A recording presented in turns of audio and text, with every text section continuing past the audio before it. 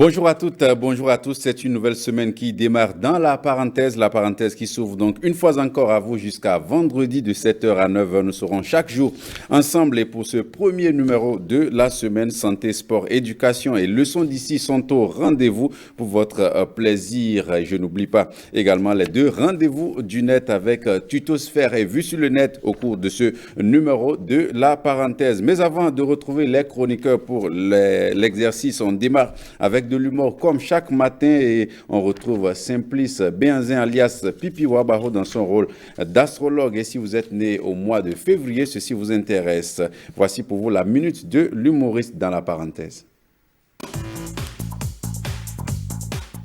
Astrologue Yabata, celui qui transforme le malin en bonheur. Astrologue Yabata, celui qui transforme le malin en bonheur. Astrologue Yabata, longue vie et longue vie. Merci. Applaudissez pour vous-même. Merci. Merci d'être ici ce matin. Ça c'est bien, ça c'est gentil. Et vous aurez votre vie parfaite. Avec moi, vous avez de confiance totale. Je vais vous délivrer de la main de trucs de la vie. Parce que les fonds disent souvent, mais gagne son jaïa, les blancs disent, celui qui a donné son dos aux montagnes ne tombera jamais. C'est comme ça. Donc avec moi, vous ne tombez pas en chemin. Je suis là pour vous faire vivre la réalité de la vie. Et vous allez m'excuser beaucoup parce que j'ai accusé de retard. C'est parce que les gens de Pakpané m'ont bloqué là-bas. C'est eux qui me passent. C'est là-bas que je viens de là-bas. Et il y a du monde. Ici, là, c'est petit, hein? Il y a du monde. Il y a les villages qui m'attendent aussi.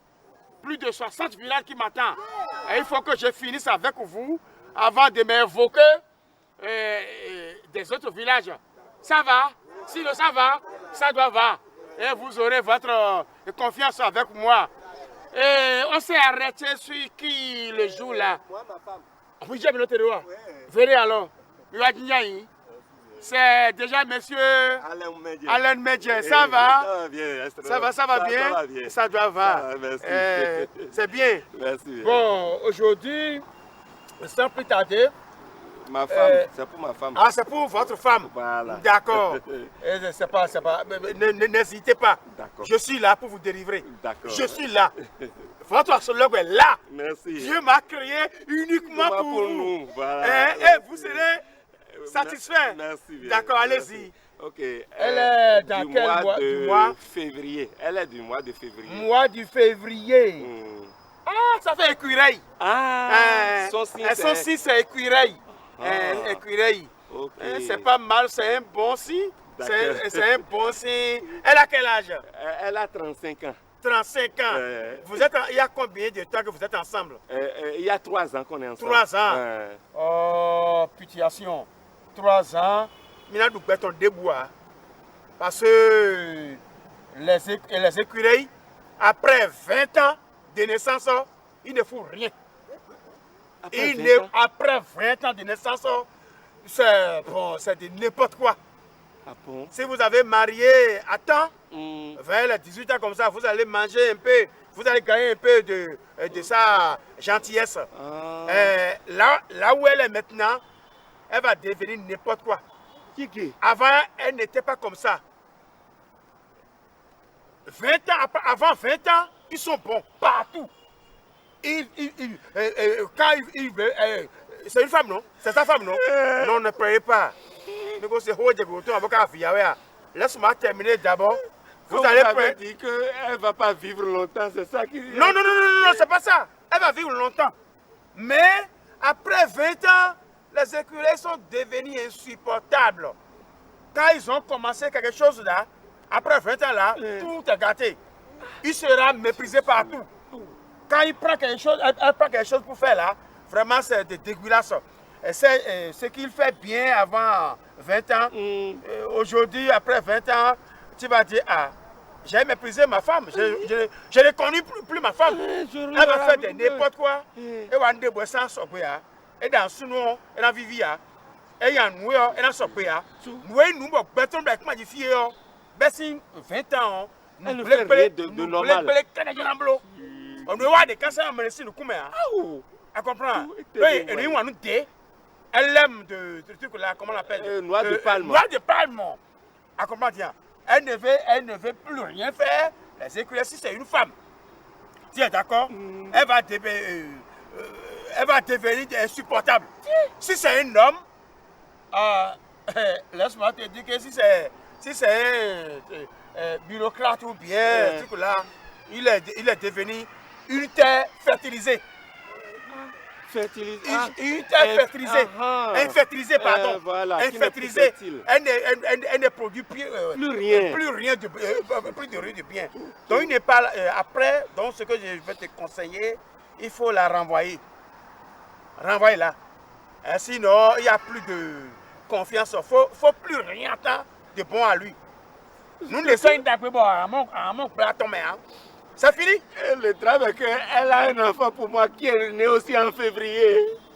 Donc, tu as marié écureuil et tu as fait un enfant écureuil.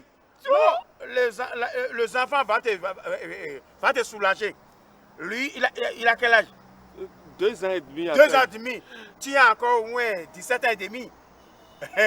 Pour bénéficier de lui. C'est ça.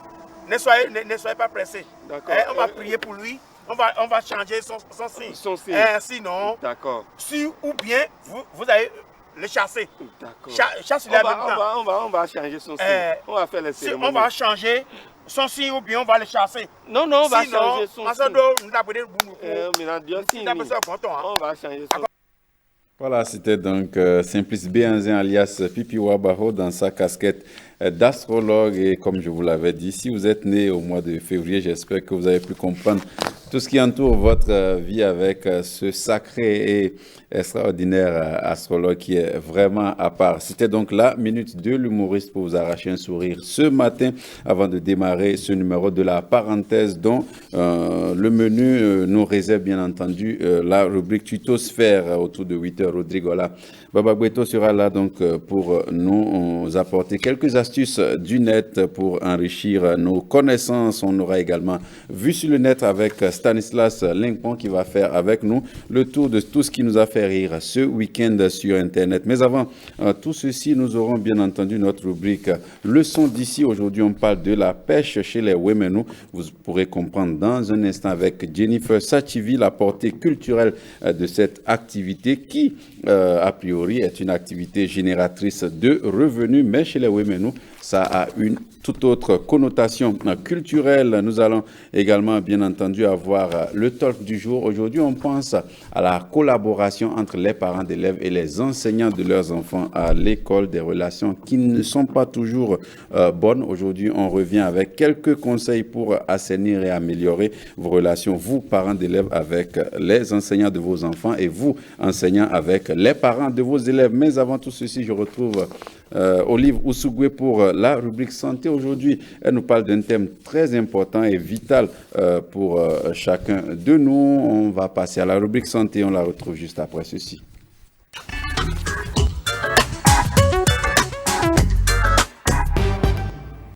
Alors, Olive Oussougwe, toujours à l'heure très matinale. Bonjour en blanc aujourd'hui et le sourilage. Bonjour. Bonjour. C'est un plaisir aussi. Votre week-end, il a été? Ça va, et vous? Ça va. Chers téléspectateurs, bonjour. Heureuse de vous retrouver également. Bruno, il y a quelques jours, nous avons parlé des troubles du rythme cardiaque. Ouais. Aujourd'hui, nous parlons des troubles de la conduction. Il faut dire que ce sont des maladies qui concernent également le cœur. Donc, mais la bonne nouvelle, c'est que ces troubles sont soignés ici au Bénin. Les troubles de la conduction, qu'est-ce que c'est? Comment se passe la prise en charge? Nous allons comprendre ces différentes questions et bien d'autres avec notre invité ce matin, Dr Arnaud Sonou, il est cardiologue. Docteur, bonjour. Bonjour, madame. Les troubles de la conduction, que comprendre? Alors, tout se passe au niveau du muscle cardiaque. Vous savez, le cœur, c'est un muscle particulier. Et ce muscle a la capacité de générer de l'énergie. Donc, pour que le cœur puisse battre, il ne dépend pas du cerveau, comme nos membres, mais il dépend de lui-même. Il y a une partie de ce muscle qui est chargée de générer l'énergie. Et il y a une autre partie de ce même muscle qui est chargée de conduire l'énergie au reste du cœur pour que le cœur puisse se contracter. Alors, on comprend aisément que par trouble de la conduction, on voit tout élément qui bloque la conduction de cette énergie générée au reste du muscle cardiaque. Pour parler plus simplement, je pense que les téléspectateurs devraient savoir, tout se résume en un battement lent du cœur. Parce que ce que je viens de vous expliquer, c'est un peu le mécanisme par lequel cela arrive. Mais la constatation principale, c'est des patients qui ont un cœur qui bat anormalement lentement. Alors, nous avons différents types de troubles de la conduction. Parlez-nous de...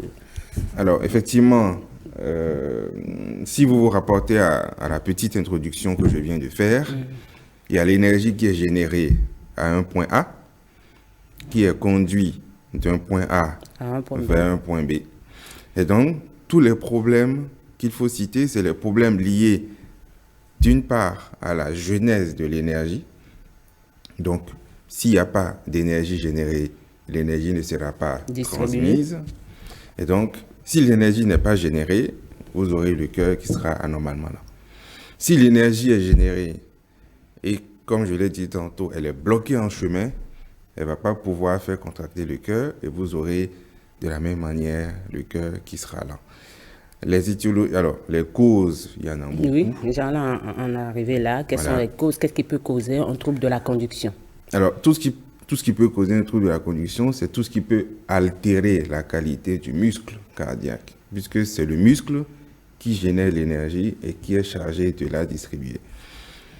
En fonction de l'âge que le patient a, les causes sont diverses. Il y a des enfants qui, malheureusement, naissent avec cela. Le trouble de la conduction. Parfois, c'est congénital. Parfois, c'est congénital. Parce qu'il y a des anomalies du muscle cardiaque qui sont congénitales. Okay. Donc, l'enfant naît avec un cœur qui bat anormalement à 50 par minute, au lieu de battre à 140, 150, 170. Si vous prenez les patients d'un âge moyen, je veux dire les adultes jeunes, c'est des causes particulières parce qu'il faut apporter de l'oxygène au muscle. Et si le muscle ne reçoit pas son oxygène, le muscle va en quelque sorte pourrir. On utilise le terme scientifique de nécrose, d'infarctus. Donc, en cas d'infarctus du myocarde, la conduction peut être coupée et puis le cœur sera anormalement là.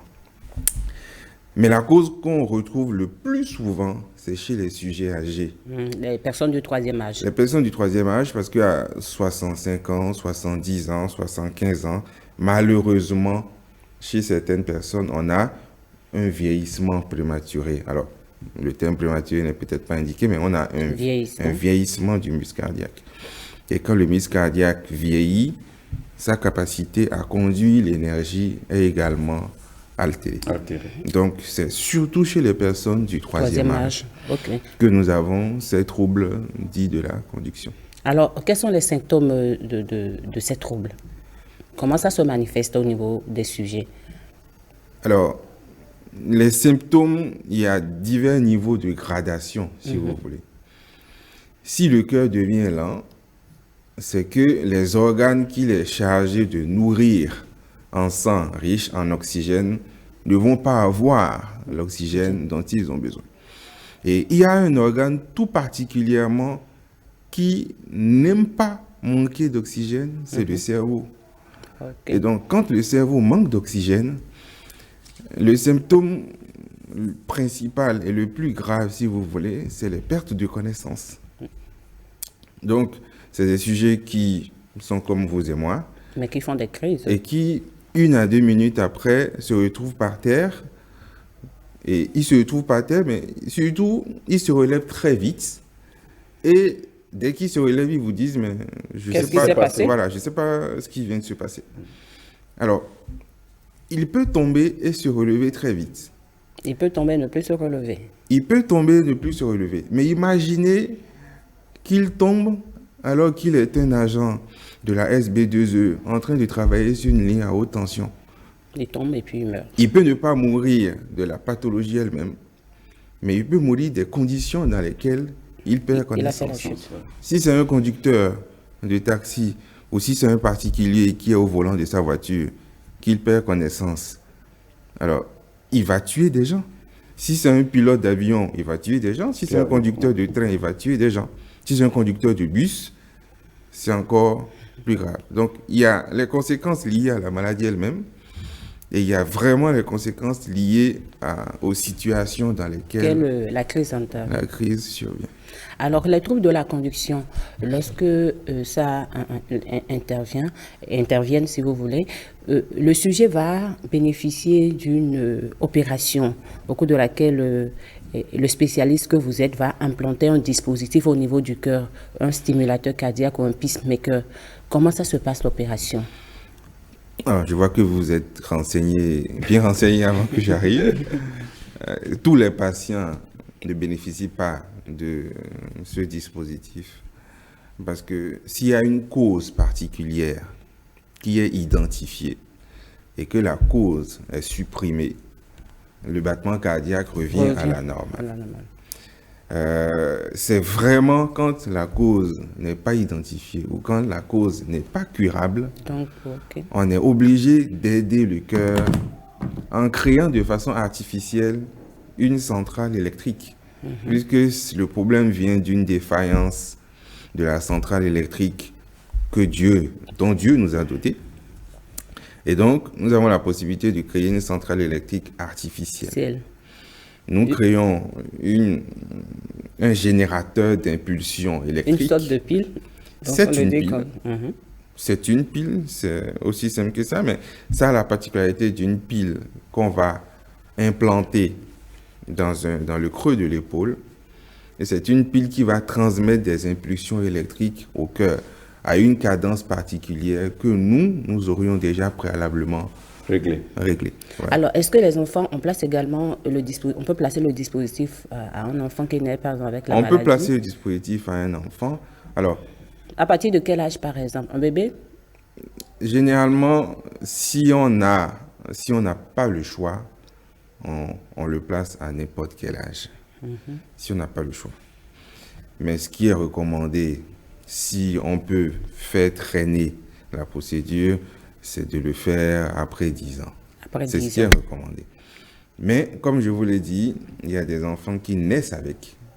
Et si le problème n'est pas réglé, ils vont mourir, ils ne vont pas grandir. Et donc, chez les enfants, il y a la possibilité de leur mettre la pile, mais de mettre le boîtier au niveau de l'abdomen.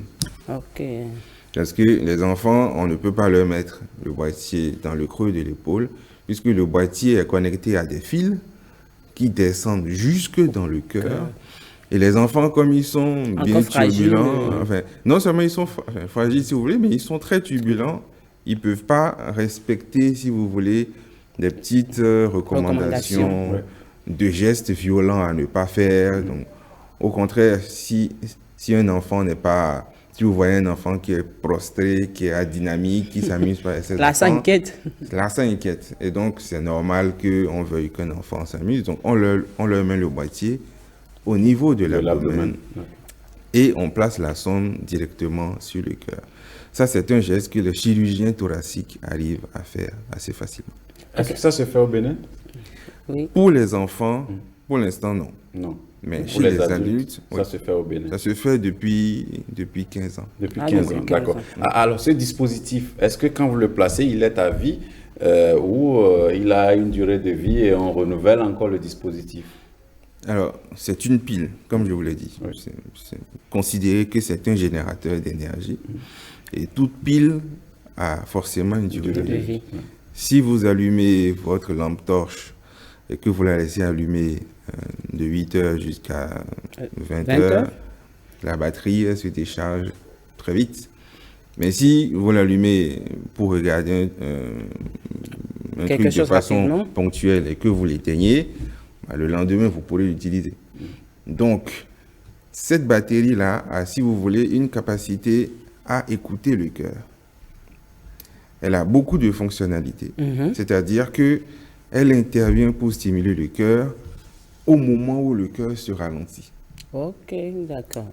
Et quand elle entend que la fréquence cardiaque d'elle-même est remontée, elle se tait. Elle n'entre pas en fonction. Et donc, de façon générale, c'est des piles qui durent 8 à 10 ans. Je devrais dire environ 10 ans. Mais si le patient l'utilise pas, si son cœur ne l'utilise pas tout le temps, la durée de vie peut aller jusqu'à 12-13 ans. Alors, est-ce que vous arrivez à savoir de façon précise que là, la pile, elle est déchargée, il faut savoir, il faut pouvoir... Exactement, il y a des dispositifs, il y a un peu comme des micro-ordinateurs très particuliers qu'on utilise pour interroger ces dispositifs. Alors, chez nous, au CNHU de Cotonou, puisqu'il n'y a qu'au CNHU de Cotonou que cette activité est disponible, les patients, on les invite à venir 2 fois par an. Pour des contrôles. Pour des contrôles, pour s'assurer que la batterie est encore bonne. Parce que pour une bonne majorité de ces patients, leur vie dépend de la batterie. C'est-à-dire que dès l'instant même où la batterie se décharge complètement, considérez que le cœur n'a pas la possibilité de se prendre en charge lui-même. Et donc, si la batterie se décharge complètement, le patient va mourir, d'accord? S'il est complètement dépendant. Alors, mais si il n'est pas dépendant, il peut se remettre à perdre connaissance. Là, on a un peu le temps, mais généralement... D'intervenir et de pouvoir changer la pile. Oui. Alors, parlant justement de ça, est-ce qu'on peut changer la pile autant de fois qu'on le souhaite? Une fois, 10 ans après, on change encore, une deuxième fois, 3 fois, 4 fois, 5 fois. Bien sûr. Et le geste de changement de la pile, si vous voulez, c'est un geste un peu moins, enfin, c'est moins délicat par rapport au premier geste qui consistait à l'implanter. À l'implantation. Parce que la pile, c'est un dispositif un peu complexe. Il y a les câbles qui descendent dans le cœur et il y a le générateur, la pile, qui est dans le creux de l'épaule. Donc, lors de la première procédure, on descend les câbles. On les fixe dans le cœur. C'est un geste qui n'est pas anodin. Mais pour les changements de boîtier, on ne touche plus au câble. On déconnecte juste le boîtier, on l'enlève, on met le nouveau boîtier, on ferme, et puis ça dure à peine 45 minutes. Voilà. Alors, vous êtes l'un des spécialistes au Bénin. Et dites-nous, est-ce que le dispositif, ce stimulateur cardiaque est disponible sur le marché ou lorsque le besoin, ou bien c'est lorsque le besoin se fait sentir que vous lancez la commande? Est-ce que parfois ce n'est pas l'intervention n'arrive pas trop tard? Alors, si vous voyez un peu le type d'affection que nous avons devant nous, vous considérez que c'est une urgence vitale. Si le patient a son cœur, non seulement le cœur peut être lent, mais il peut s'arrêter. Donc, il y en a qui viennent à l'hôpital, le cœur quasiment complètement arrêté. Il faut stimuler le cœur. Donc, dans ces conditions, il n'est pas tout à fait éthique d'attendre que le patient arrive dans un état de détresse hémodynamique avant de se dire, oula, attendez, on va commander, dans 2 ou 3 semaines, ça va venir. Il serait déjà mort depuis. Bien avant. Voilà. Donc, il y a un stock qui est disponible. Le stock est disponible chez des particuliers privés. Et donc, dès que le patient arrive, on fait la commande et puis le stock est livré tout de suite. Voilà. Alors, l'implantation d'un stimulateur cardiaque implique, je suppose, un nouveau mode de vie. Le patient à qui on a implanté un pacemaker peut-il pratiquer une activité sportive, par exemple? Alors, il vit comme vous et moi. Il peut faire du sport, peu Au importe CNHU, l'intensité. nous avons près de 500 patients qui ont des Béninois. un dispositif, qui sont des Béninois, et que vous ne pouvez pas identifier. Vous ne pouvez pas identifier le patient qui a une pile. Ça peut être votre collègue, ça peut être vous. Ils vivent comme tout le monde. Comme tout le monde. Donc, il n'y a pas un signe. Ils peuvent aller à la piscine. Après, comme il y a un générateur d'impulsion électrique qui est implanté pas loin de la peau, on ne va pas leur conseiller de faire du rugby, par exemple. Vous savez, on ne va pas leur conseiller de faire de la boxe. Les sports de contact, on va dire. Les sports de contact, où il y a des contacts violents. Sur le corps, ça, c'est interdit. Le sport de compétition, le sport de compétition, ça ne va pas être le monsieur qui va jouer au foot. Ça ne va pas être la star de l'équipe nationale de football. Donc mais ça va être un monsieur qui va le matin se lever, faire sa marche d'1 heure, 1h30, 2 heures, parce que la pile a la capacité d'augmenter la fréquence de stimulation en fonction des besoins de l'organisme. Ça, c'est encore une fonctionnalité que le boîtier a. Donc, c'est des boîtiers tout intelligents qui savent ralentir l'impulsion quand le patient dort la nuit et qui savent accélérer l'impulsion au moment où le patient soulève quelque chose de lourd ou va faire sa marche matinale ou conduit sa voiture. C'est vraiment une pile qui répond aux besoins physiologiques de l'organisme. Maintenant, est-ce que de façon spontanée, des patients arrivent vers vous et parce qu'ils ont des malaises au niveau du cœur, ou bien c'est au cours peut-être des consultations qui ne sont pas forcément liées au cœur que vous arrivez à détecter ce mal? Alors, le patient ne va pas venir avec la pancarte j'ai un trouble de la conduction. Il ne sait même pas ce que c'est. Le patient, il a des symptômes. Et comment est-ce que vous arrivez à identifier quand même C'est les symptômes qui amènent le patient. Il peut avoir des vertiges, d'accord? Il peut se sentir anormalement fatigué. Il peut perdre connaissance, comme je viens de vous le dire, c'est les cas les plus extrêmes. Il peut avoir des difficultés à respirer. Il peut avoir mal dans la poitrine. Il peut sentir son cœur battre de façon anormalement lente. Et donc, il arrive pour des symptômes. Effectivement, dans certains cas, le patient peut arriver pour un contrôle de routine, notamment chez les patients du 3e âge. Et c'est dès qu'ils arrivent, puisque nous faisons l'électrocardiogramme nous dit tout de suite qu'il y a un problème. Voilà. Alors, docteur, quelques conseils pour terminer. Alors, quelques conseils. Je devrais dire que ça fait au moins 15 ans qu'il y a cette technique disponible. Ici au Bénin. Les autorités béninoises font beaucoup de choses pour que l'activité puisse être pérenne. Et donc, les patients qui ont la pile, qui me reconnaîtront facilement, ils vous diront tout de suite qu'ils vivent comme tout le monde. Ils n'ont absolument pas de limitation de l'activité qu'on leur recommande tous les jours. Et donc, le mieux quand même, c'est de ne pas en arriver là. Mais dès que le besoin se fait sentir, nous on répond à la demande. Alors Bruno, si tu me permets rapidement, vous l'aviez dit, c'est parfois héréditaire, mais est-ce qu'il y a des comportements qu'on peut avoir? Est-ce que les troubles de la conduction peuvent être évités? Est-ce qu'on peut l'éviter? On peut éviter. En faisant quoi, on peut par éviter exemple? chez les sujets. Alors, si les sujets âgés où le muscle vieillit de façon prématurée, on ne peut pas vraiment faire grand-chose, puisque on n'a pas encore découvert la fontaine de jouvence. On ne peut pas empêcher les gens de vieillir. Normalement. On ne peut pas les empêcher de vieillir. Mais il y a certaines causes qui sont liées au vaisseau. D'accord? Il y a l'infarctus du myocarde qui est une cause. L'infarctus du myocarde, c'est le fait que les artères qui amènent de l'oxygène au cœur se retrouvent bouchées. Et qu'est-ce qui bouche les artères? C'est le manque d'exercice physique. Okay. C'est l'alimentation qui est déséquilibrée, qui est trop riche en sel, trop riche en matières grasses. C'est le fait de fumer la cigarette. C'est le fait de ne pas bien prendre en charge son hypertension artérielle. Donc, les causes, je dirais, qui entraînent cette affection, c'est chez les sujets d'un âge. Du 3e âge, on va dire. D'un âge jeune, adulte ou jeune, ces causes-là sont évitables. Et donc, c'est toujours important. Nous, les cardiologues, on met l'accent là-dessus. Faites votre marche 30 minutes par jour. Évitez de consommer trop d'alcool. conseiller aux gens d'arrêter tout de suite la consommation de la cigarette. Il faut manger équilibré, pas trop salé, pas trop gras.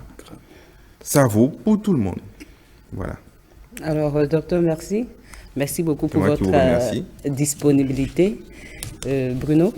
Merci beaucoup à vous, Olive Ousougoué. Nous étions avec le cardiologue Anno Sonou. Avec lui, il s'est agi, bien entendu, des troubles de la conduction et surtout cette technique qui permet de redonner vie au cœur et qui existe depuis 15 ans au Bénin, cette opération qui se fait. Vous êtes le spécialiste de cette opération, c'est ça? De cette chirurgie thoracique? Non. Vous êtes un collège?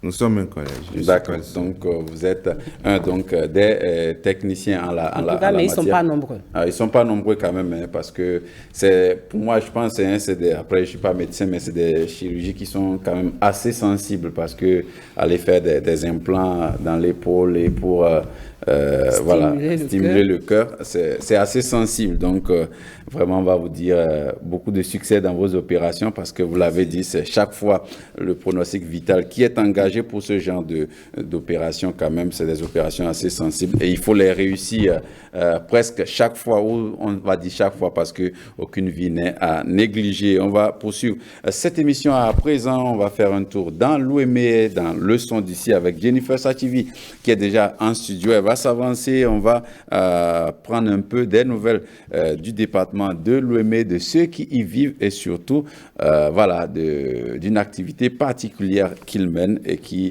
a une portée très culturelle dans leur milieu. C'est parti pour le son d'ici. Le son d'ici.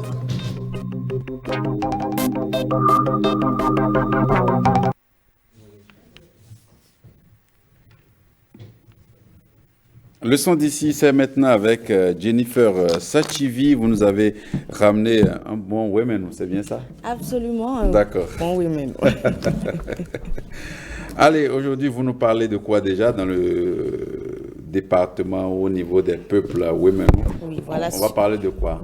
Particulièrement de l'ère culturelle women. Déjà, bonjour aux téléspectateurs et bonjour particulièrement aux populations de l'ère culturelle women. Vous le disiez, notre invité est enseignant-chercheur. Il est également ressortissant de cette ère culturelle et nous allons parler de la pêche. Vous avez dû remarquer, hein, Bruno, que la pêche est une activité que les ressortissants de l'ère culturelle Wémé, mènent vraiment. Ils sont souvent sur l'eau, ils font la pêche. Qu'est-ce que cela représente pour eux? C'est ce que nous allons savoir aujourd'hui, c'est ce que nous allons comprendre. Et j'aimerais déjà, d'entrée de jeu, expliquer que ce n'est pas qu'une simple activité.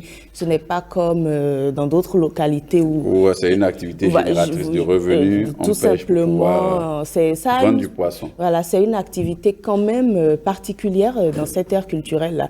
Et dans quelques minutes, notre invité nous en dira certainement plus. Et il est déjà prêt, il va s'avancer. Ah, la pêche, c'est une activité. Enfin, c'est beau à voir hein, quand vous voyez des gens dans des pirogues sur nos lagunes, sur nos fleuves, lancer large leur filet pour recueillir du poisson et parfois des techniques qui permettent de laisser les filets ou ce dispositif-là pendant des semaines dans l'eau et venir après récupérer du poisson. C'est tellement beau à voir. C'est une activité, on va dire, noble, hein, qui nécessite beaucoup d'énergie également. Et comme vous le disiez, dans le département de l'Ouémé, chez les ressortissants de l'ère culturelle Ouémé, c'est bien ça? C'est ça, oui. Voilà, cette activité a un sens et une portée toute particulière. Voilà, et je l'annonçais, notre invité n'est tout autre que Monsieur Laurent Faton, de l'Or Faton. Bonjour. Bonjour, madame. Comment allez-vous? Je vais très bien. Merci d'avoir accepté notre invitation. C'est un plaisir. La pêche, j'en parlais avec Bruno tout à l'heure, au-delà de cette simple activité pour se faire des revenus, je pense que ça a une portée culturelle auprès des ressortissants de l'ère culturelle Wémé. On espère que c'est bien cela. Merci pour l'invitation et je dis bonjour à tous les téléspectateurs de la chaîne nationale. Je ne dirais pas que c'est particulièrement en pays Wémé, c'est une question culturelle au Bénin et généralement en Afrique. D'accord. Mais du moment où je suis un Wéménou et je suis de ce peuple, ce que j'en connais, c'est qu'au-delà de tout ce que nous pouvons dire, c'est d'abord une question hautement spirituelle. D'accord. Vous savez, en pays Wémé, il y a la divinité qu'on appelle Torosu. Et le Tohosu fait partie des grandes entités du peuple Wémé. Le Tohosu est le dieu de la pêche. Le dieu qui s'occupe de tout ce qu'il y a comme ressources dans l'eau. Et que la pêche, c'est d'abord une activité, je dirais une religion, pour ceux qui la pratiquent dans cette région. Et quand on dit Wémé, vous savez, il y a deux parties. Il y a une partie qui est sur le plateau et il y a une partie qui est dans le bas-fond, dans le lit du fleuve Wémé. C'est ceux qui sont dans le lit du fleuve Wémé et ses alentours du bas-fond qui pratiquent cette activité. Mais il se fait qu'il y a aussi quand même certaines personnes qui sont au bord, à la lisière, qui rentrent aussi dans le fleuve pour faire cette activité. Toutes ces personnes qui pratiquent cette activité sont gouvernées par cette entité qui est le Tohosu que nous connaissons au Bénin de partout. Et chez nous, la pêche a non seulement ce côté hautement culturel et spirituel, mais aussi des côtés de solidarité. Parce qu'il y a plusieurs manières de pêche en pays Wémé. Il y a la pêche à la nasse, il y a la pêche à la ligne, il y a la pêche au filet, il y a la pêche à la main. Et toutes ces différentes formes de pêche nécessitent des... Il y en a qui sont des activités individuelles, d'autres qui sont des activités collectives. Quand elles sont collectives, c'est souvent quand les gens doivent faire la moisson dans les étangs. Et les étangs sont des étangs qui sont le plus souvent creusés par les individus ou bien des collectivités. Parce qu'il y a des étangs de collectivités en pays Wémé et des étangs d'individus. Les étangs de collectivité, ce sont des étangs plus ou moins sacrés qui sont moissonnés, je dirais, par toute la collectivité entourée d'autres invités. Quand c'est individuel, c'est l'individu qui invite ceux qu'il veut ou bien il annonce dans le village que de tel jour, lui veut moissonner son étang. Justement, parlant de cet aspect-là, on note quand même une certaine solidarité quand quelqu'un veut y aller. Il a tous ses, je dirais, amis, tous ses frères derrière lui qui le soutiennent dans cette activité-là. Oui, c'est ça que j'allais dire tantôt. Et c'est une particularité parce que ce n'est pas seulement les frères. C'est tous ceux qui sont professionnels dans le métier. Tous ceux qui savent attraper les poissons avec la main. Parce que pour les étangs, on utilise une forme de nasse et il y a aussi la main. Il y a des gens qui sont professionnels vraiment dans la pêche à la main. Et tous viennent. Et on commence le matin. Je ne sais même pas par quelle alternative les gens sont parvenus à inventer parce qu'il y a une durée et après la durée, on arrête de travailler pour l'individu. Et tout le monde sort.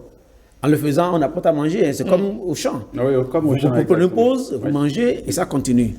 Et à un moment donné, tout le monde juge qu'on a fini d'attraper tous les poissons de l'étang et le propriétaire, au lieu de donner de l'argent, c'est comme des ouvriers.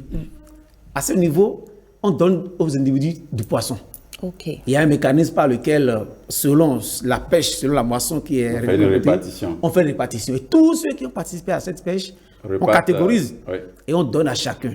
Et les bonnes dames, au moment où on sait qu'il y a cette activité, elles sont là. Attendent le moment où on a fini.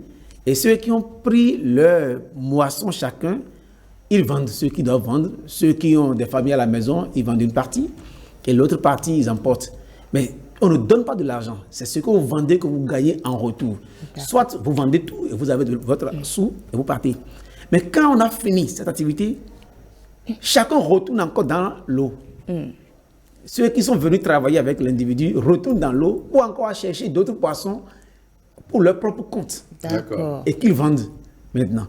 Si vous arrivez à trouver assez de poissons, c'est que vous êtes chanceux, vous vendez davantage. Si vous n'arrivez pas à trouver, tant pis. Vous vous contentez de ce qui a été réparti. Et c'est là des subtilités, en fait. Oui. Justement, avant d'aller à la pêche, est-ce qu'il y a des préparatifs qu'ils font? Vous avez dit que c'est hautement spirituel. Est-ce qu'il y a des cérémonies particulières ou est-ce qu'ils se contentent juste d'y aller? Ce sont les naïfs qui diront qu'on se contente juste d'y aller. Ce n'est pas une question de naïf. Il ne faut pas être naïf en pays, du moins en Afrique et particulièrement en pays au Wémé. D'abord, il y a un fait. Tous les étangs n'ont pas les mêmes capacités de captation de poissons, je dirais.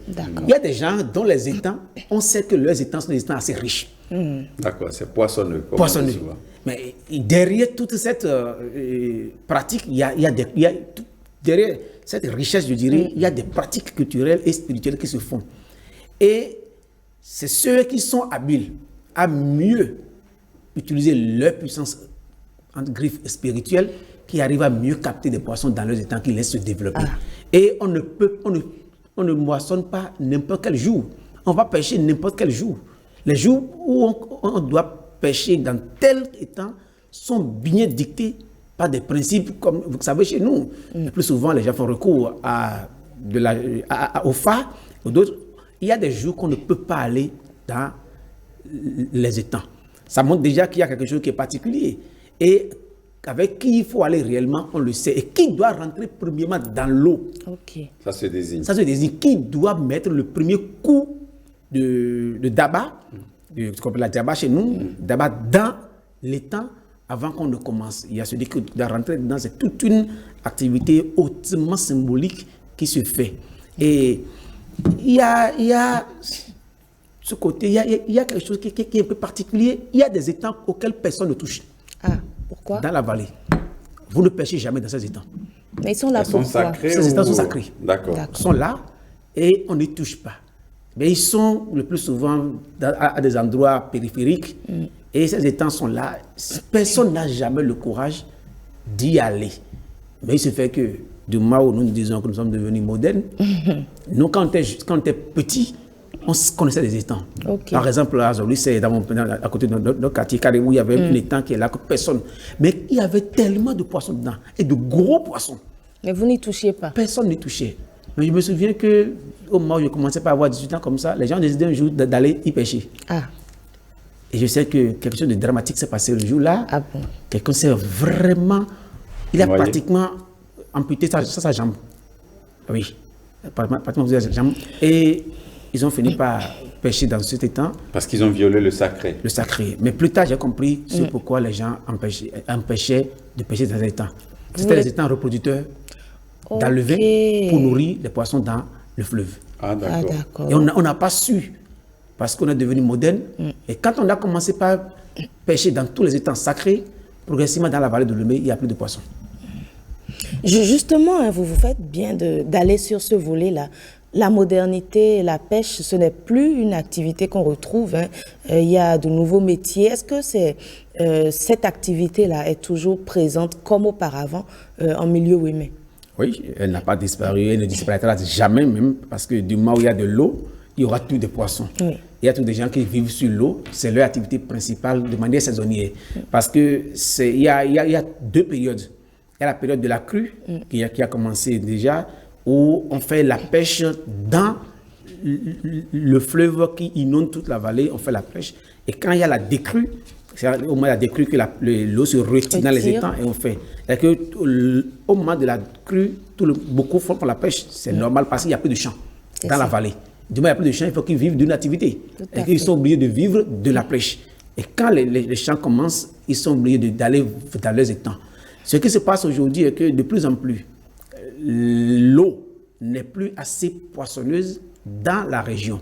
Et l'une des raisons, je vais évoquer tout à l'heure l'une des raisons, et l'autre côté est qu'il y a l'ensablement de la vallée, qui fait que les étangs se comblent de plus en plus. Et du moment où la profondeur des étangs est réduite, il n'y a plus assez de poissons dedans.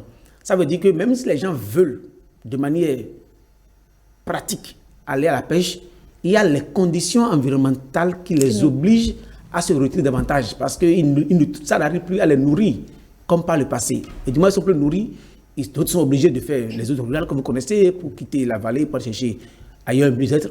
Alors qu'hier, ça, je l'affirme, quand nous on était enfants, la vallée était un paradis. On vivait, il y a un paradis, n'importe qui. Il y a des moments où on prend des paniers avec lesquels on ramasse du poisson, on ne sait pas ce qu'il faut faire avec ces poissons. On en ramassait et on ne peut rien faire. Mais aujourd'hui, ça devient de plus en plus difficile. Et c'est une question de développement qu'il faut voir, non pas dans l'angle où nous voyons, mais dans l'angle culturel de la région. Quels étaient les facteurs endogènes ou bien traditionnels qui ont fait qu'hier, les poissons existaient autant? Et qu'est-ce qui a changé dans le cours de l'histoire? Pour qu'en l'espace de 30 ans, c'était 30 ans, hein, en 30 ans, pratiquement, tout a changé. Et on ne trouve plus de poissons. Et à côté des poissons, il y avait une autre activité, c'est qu'il y avait les oiseaux migrateurs qui étaient assez présents dans la vallée parce qu'ils venaient pour se nourrir des poissons qui venaient en abondance. Mais du moins, le poisson commence à devenir rare. Les oiseaux migrateurs aussi se font rares. Et de plus en plus, parce que les oiseaux aussi faisaient partie quand même d'une activité qui se faisait à côté, dans la vallée. Les pêcheurs faisaient une activité où on avait des pièges qu'on faisait pour attraper ces poissons. Et ces oiseaux aussi ont disparu aujourd'hui. Ou bien, quand ils viennent, ils sont de plus en plus rares et personne n'a plus envie d'en faire une activité. Justement, hein, au vu de tous ces facteurs que vous citez et qui contribuent à faire régresser la chose, est-ce que vous pensez qu'une sensibilisation ou une prise de conscience dans cet environnement-là pourrait faire renaître cette île paradisiaque dont vous parlez? Parce qu'il y a certainement des pêcheurs qui ont transmis l'activité à leur génération. Est-ce que vous pensez qu'une sensibilisation, une prise de conscience collective peut améliorer les choses? C'est une question qui dépasse la sensibilisation. C'est une question de politique d'État. D'accord. Parce que quand on parle de la vallée, les gens ont tendance à trop banaliser cette réalité dont nous parlons. La vallée, c'est tout un complexe qu'il faut prendre dans son ensemble. Il y a des projets qui passent qui disent on va valoriser la vallée. Personne ne valorise la vallée si on ne le prend pas dans le contexte historique. Et qu'on remette tout à l'ordre. Qu'est-ce que la population peut faire par rapport à l'ensablement de la vallée? Elle ne peut rien faire parce que ce n'est pas la population qui va faire les rigoles, les caniveaux qu'il faut pour amoindrir l'ensablement des étangs. Ce n'est pas eux. Ce n'est pas la population qui pourra empêcher, qui pourra prendre des décisions au niveau de nos collectivités locales pour qu'il y ait des espaces où on ne pêche pas. Ce n'est pas la population. Ce n'est pas la population qui pourra trouver aujourd'hui les moyens qu'il faut pour mettre en œuvre toute la politique qu'il faut pour qu'au moment où on parle de l'agriculture, on parle des ressources halieutiques. C'est d'abord une question d'État. C'est une question des collectivités locales. Et quand les collectivités locales auront pris les responsabilités de l'État, on pourra sensibiliser la population à côté. Parce que les populations vivent sans comprendre réellement ce qui est à la base de leur vie. Parce que eux, leur seul souci, c'est d'arriver à se nourrir, à nourrir leur famille. Et partout où il y a des ressources, ils vont le faire. Du moment où aujourd'hui, les garants du temple d'hier ont disparu, personne ne recèle plus aujourd'hui une tête couronnée, un roi, un chef traditionnel et aucun vaudou. Parce que c'est les vaudous qui gardaient les choses hier. Quand tu rentres dans cet étang, tu sais que le vaudou va te tuer. Et ce n'est pas, c'est systématique. Du moment où le vaudou n'a plus aucune valeur, du moment où nos garants de temple n'ont plus de valeur, tout a été désacralisé. Il n'y a que l'État qui a de la puissance publique qui faudra y mettre à côté. Ok, merci. Pour finir, vous l'avez brossé tout de suite, je vais vous demander, est-ce que la pêche, cette activité, peut nourrir le ressortissant de l'ère culturelle Women? Moi, ma mère a été commerçante de poissons toute sa vie. D'accord. J'ai été nourri par le commerce du poisson. Et mes frères. Et ce n'était pas l'amusement. Des femmes comme ma mère remplissaient des bâchers de poissons. Des bâchers de poissons chaque 3 jours. Et emportés au Nigeria. Vous vous rendez compte combien les eaux étaient vraiment poissonneuses. Emportés au Nigeria. Mais aujourd'hui... Donc il y avait même une sorte d'exportation du poisson vers le Nigeria. C'est le Nigeria qui était le grand consommateur du poisson de la vallée de l'Omo. C'est des bâchers qui allaient. Et le marché d'Azori, c'était un marché central qui envoyait des tonnes de poissons partout. Et aujourd'hui, elle ne peut plus nourrir son homme parce qu'il n'y a même plus de poissons pour remplir une bâchée ou 2 bâchées pour envoyer. Ça ne nourrit pas les béninois avant que ça nourrisse les gens à l'extérieur. D'accord. Merci beaucoup, Monsieur Delors Faton. Et merci à vous, Bruno, de nous avoir reçus. J'aimerais faire un coucou particulier à notre réalisateur du jour, qui est Wemenou, Gilard Melbeirin. D'accord. Vraiment, donc, un coucou à notre réalisateur qui a certainement pris plaisir, comme tous les autres Wemenou, sur ce thème du jour. On a parlé de la pêche en milieu Wemen et on a parlé également de tout l'aspect culturel que cela revêt. Merci beaucoup à vous, Monsieur Laurent Delors, c'est bien ça, Laurent Delors Faton. Vous êtes enseignant, chercheur et ressortissant de l'ère culturelle Women. Vous avez partagé avec nous toute votre connaissance sur la pêche dans ce milieu-là et au milieu de ces peuples. C'est assez intéressant et c'est à cela que sert la rubrique Leçon d'ici, c'est de connaître un peu plus encore nos cultures, un peu plus les réalités de chez nous. Merci beaucoup à vous. Jennifer Sativi, on va vous retrouver le reste de la semaine pour d'autres thématiques. Bien entendu, on va poursuivre. À présent, on va faire du sport. Vous aimez le foot? Je mentirais en disant que oui, mais j'aime suivre l'actualité du foot. L'actualité du foot. Alors, Monsieur Faton, est-ce que vous aimez le foot? Je ne suis pas un fan de foot. Ah, J'aime plus la connaissance. J'aime me retrouver là où on cherche le savoir. Le savoir, d'accord. D'accord.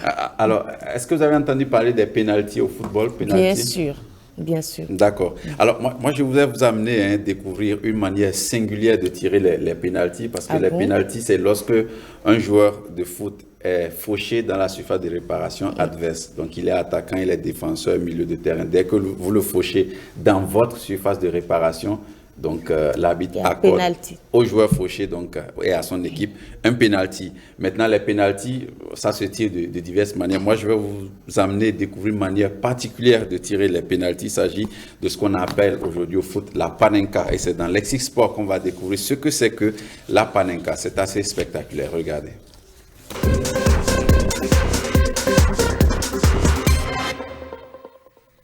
Leur poste téléviseur est entré dans la légende. Antonin Panenka, ailier droit et numéro 7 de la Tchécoslovaquie, va faire parler son génie, sachant que le gardien allemand s'est juste sous la barre transversale afin de piéger le gardien adverse. C'est un geste risqué car en visant la position du gardien d'une frappe molle, le tireur doit espérer que celui-ci plonge par anticipation d'un côté ou de l'autre. Si ce n'est pas le cas, le gardien peut capter le ballon sans difficulté. Zinedine Zidane en finale de la Coupe du Monde 2006 face à l'Italie pour le but du 1-0. Une panenka spectaculaire tant elle a été réussie avec l'aide de la transversale. Pour votre plaisir, voici quelques célèbres panenka restés.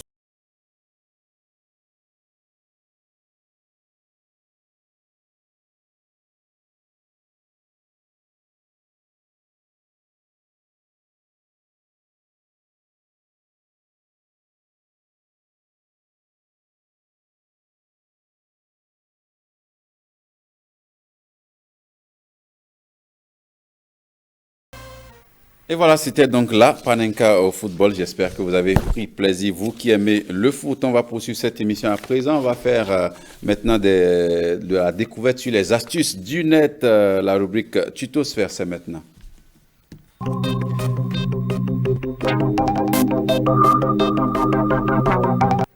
Et voilà donc dans Tutosphère du jour, Rodrigo Babagüeto nous propose deux vidéos. La première va nous apprendre à utiliser les cintres que nous avons tous chez nous, mais dont l'usage est, on va dire, assez multidimensionnel. On ne connaît que quelques-unes de ces manières de l'utiliser, mais il nous apprend à travers cette vidéo aujourd'hui d'autres manières d'utiliser les cintres dans nos maisons.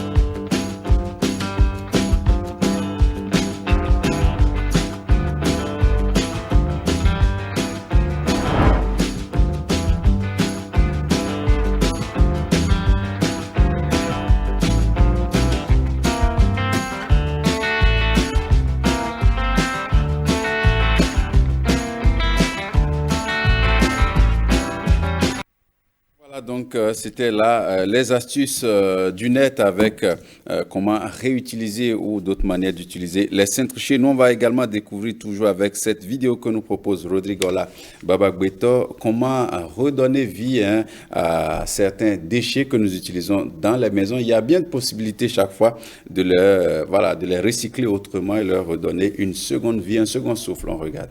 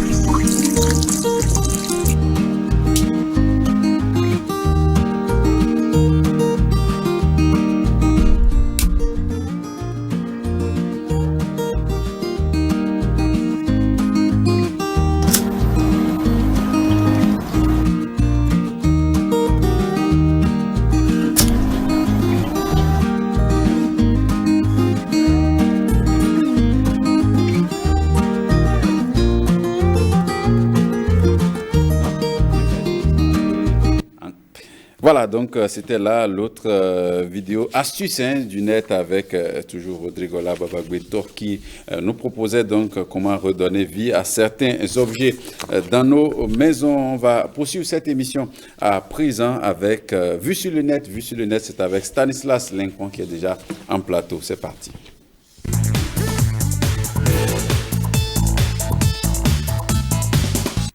Allez, Stanislas Lincoln, bonjour et bon début de semaine. Merci, bonjour Bruno Soali. Bonjour chers amis téléspectateurs, bonjour chers amis, chers estimés. Le nom m'a échappé. Bon, Jennifer Stan. Voilà, d'accord, cher estimé. Ne vous en faites pas ça. On peut l'appeler cher estimé. Ça arrive comme ça. Oui, ça arrive. Des trous de mémoire. Bien sûr. On oublie même le nom de son vis-à-vis. Jennifer Sachivi. Alors que je l'ai appelé tout à l'heure dans la cour. Allez, avec vous, on va voir des choses intéressantes sur le net. Bien sûr, et la première image que je vous propose est celle-ci, Bruno Soali. Il s'agit bien sûr d'un véhicule, un véhicule remorqué avec les passagers à bord. On peut faire ça, s'interroge un internaute avec humour. Et en commentaire, on peut lire « Les passagers sont restés par solidarité avec le chauffeur ». Ah, c'est quand même, c'est curieux de voir ça. Hein. C'est un véhicule qui est remorqué, c'est un bus de transport en commun qui est remorqué. Les passagers qui visiblement refusaient de descendre, ils sont peut-être que, je ne sais pas si le camion qui va remorquer le bus de transport en commun veut continuer le trajet où les passagers allaient, donc ils ont tout intérêt à rester dans le bus. De toutes les façons, être dans un moyen roulant qui se fait transporter, c'est quand même compliqué. Alors, une autre image, cette fois-ci, c'est une vidéo, Bruno. Vous savez que le surnom, les guépards, a été proposé pour remplacer les écureuils du Bénin. En attendant que les autorités compétentes ne valident cette proposition, déjà, notre artiste Eliphaz nous propose la version révisée de l'hymne du 11 national. Il s'agit bien sûr de Aller les écureuils que vous connaissez très bien. Je vous invite à suivre. On ne va plus dormir, Mima sonna d'Amelan, et Yamembi se lève, et on pousse à la victoire. Allez, allez, allez, allez-y. Oh, c'est, allez-y les guépards, ouais. Allez, allez, allez, allez-y. Oh, c'est, allez-y les guépards, ouais. Je pense que cette fois-ci, on va gagner. Oui, je vais appeler Toto Don Metok. On va faire le remix de la chanson en featuring. Et on va gagner cette fois-ci. Hein? On va plus dormir. Que pas, toujours, toujours. Je ne sais pas, il a été un peu taquin dans sa vidéo. Bien sûr. Parce que l'expression on ne va plus dormir, je ne sais pas si vous avez compris le sens. En fait, après le match, je pense face à l'équipe de Mozambique, l'entraîneur dans sa conférence de presse d'après-match, quand on lui a demandé qu'est-ce qui s'est passé, c'est lui qui a utilisé l'expression « on a un peu dormi ». Donc ça a été tout de suite récupéré par les journalistes sportifs qui voilà, en ont fait une grosse moquerie autour, une raillerie du sélectionneur qui disait que ses poulains ont un peu dormi. Donc, il y a même de stickers. Donc c'est dit à de 5 ans, c'est fait à de 5 ans, Eliphas dit « on ne va plus dormir ». Donc en fait c'est pour répondre c'est pour répondre au sélectionneur Moussala, tu me dis que nous aimons très bien par ici. Alors, c'est pas simple, hein? Le changement de nom, vous, quel est votre avis personnel sur la question? Sur la question, c'est vrai que beaucoup auraient souhaité qu'on change de nom, mais si on devrait changer pour changer, ça ne vaut pas la peine. Moi, j'aurais préféré qu'on propose quelque chose qui reflète notre identité. Nous sommes un pays du Vaudon. Pourquoi pas les Vaudons ou les Vaudons du Bénin? Vous voulez un nom qui fait peur? Si c'était le cas, d'accord. Mais si on veut changer pour changer, moi je préfère qu'on garde les écureuils. Parce que quand on parle des écureuils, c'est un animal qui est très habile, qui est travailleur aussi. Donc il faut garder. Et il faut travailler sur la restructuration du football au Bénin et le reste viendra. Faut-il le rappeler, Bruno Soali? Je parlais de les écureuils. Ce morceau-là, ce tube a été composé en 2002 par Don Metok, Ignace Don Metok, qui est appelé à l'état civil Ignace Metok. Donc c'est à la veille des éliminatoires de 2004 qu'il avait proposé cette chanson qui est devenue un tube, l'hymne du 11 national aujourd'hui. Bravo à lui. Et c'est éternel, quoi. Éternel, vraiment. Et on rappelle pour la question du changement de nom, ce n'est pas encore officiel. Voilà, c'est une proposition du président de la Fédération béninoise de football.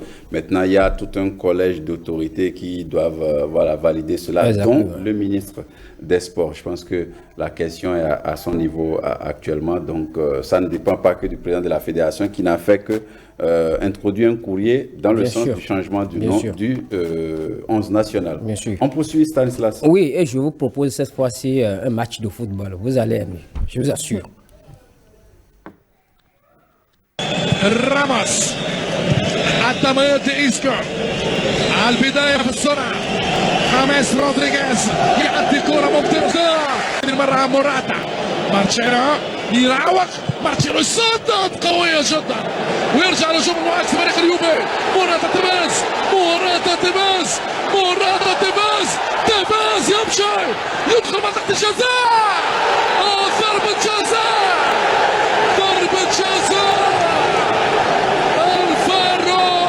يسقط والتباز بكل الامتياز وانفجار في اليوفنتوس ستاديوم ورقة صفراء لأرتور فيدال ورقة صفراء لأرتور لحظات واقفة ماركيزيو لايكستاينر كرة أرضية بلغة الأكاديمية وتباز يسدد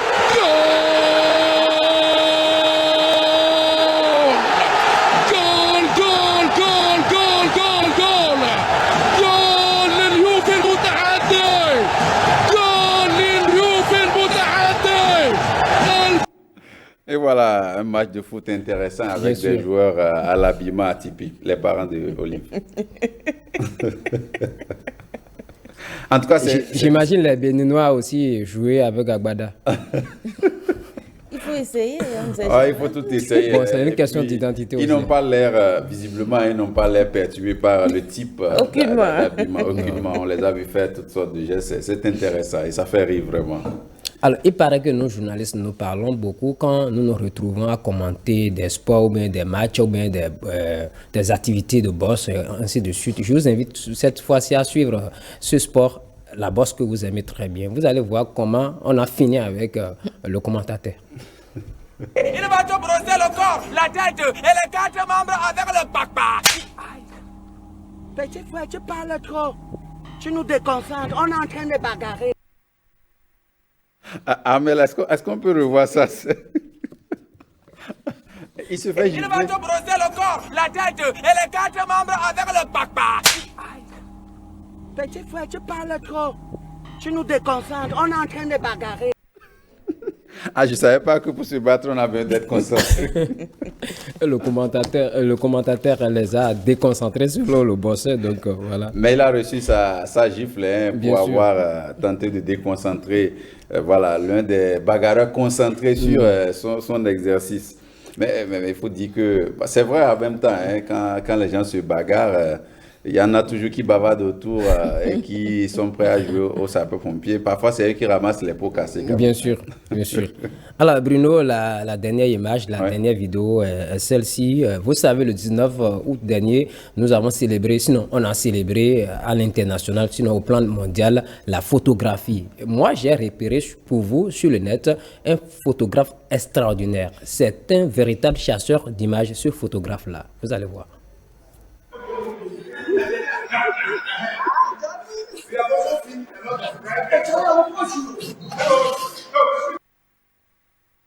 Pourquoi il refuse de bouger, Jennifer, selon vous? Sa position, malheureusement, je ne sais pas pourquoi c'est à moi que la question est adressée. C'est possible de revoir en off. Et puis Jennifer va nous expliquer pourquoi le photographe refuse de bouger. Est-ce que son angle de prise de... C'est un photographe vicieux, tout simplement. C'est un photographe vicieux qui n'est pas resté concentré sur son travail et qui a voulu profiter d'une autre situation. Ah, le métier de photo. Et puis la dame, elle est debout, elle ne se doute pas de ce qui se passe derrière elle. Elle est concentrée. Voilà, elle est devenue trépied pour quelqu'un, ou elle est devenue, je sais pas, un repère pour le photographe qui visiblement n'a pas voulu du tout bouger d'un seul pas dans sa photographie. L'extraordinaire photographe chasseur d'images qui chassait avec toutes les manières possibles pour avoir de meilleures vues, bien sûr, à vendre ou à commercialiser si vous voulez. Alors Stanislas, ce sera tout pour aujourd'hui. Oui, c'est tout. Merci beaucoup à vous. On va vous retrouver mercredi déjà. Non, demain. Demain, mardi. Oui, ah oui, avec demain, mardi, Gossip, avec Gossip. Voilà. Et Vue sur le net également. Et Vue sur le net avec vous, on va faire le tour de l'actualité des célébrités. J'espère que vous allez nous parler des frères Pogba parce que ça chauffe en ce moment entre les deux frères footballeurs d'origine guinéenne. Le torchon brûle entre les frères Pogba, c'est l'une des actualités dans le monde des célébrités. Exactement. En ce moment, il y a Kylian Mbappé qui est également cité. Il y a des affaires de marabout qui sont citées. C'est vraiment chaud. Et l'affaire DA en justice, on va revoir tout ceci demain. Avec vous, Stanislas Linkon, je vous souhaite de passer une très bonne journée. On va marquer une courte pause, le temps d'installer les débatteurs. Aujourd'hui, on pense à la relation ou à la collaboration entre les parents d'élèves et bien entendu les enseignants de leurs enfants à l'école. C'est important pour les parents d'élèves d'entretenir une correspondance assez bonne et bien transparente avec les enseignants qui sont en charge de l'éducation de vos enfants à l'école. On en parle dans un instant avec mes invités et débatteurs. À tout à l'heure.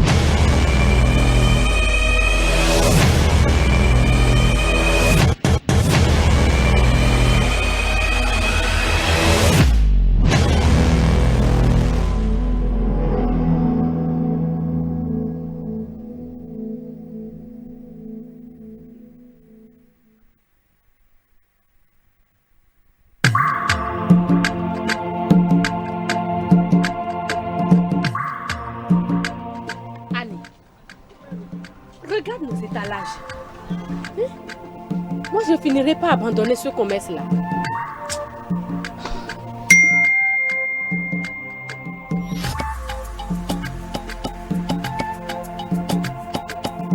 Un message amoureux.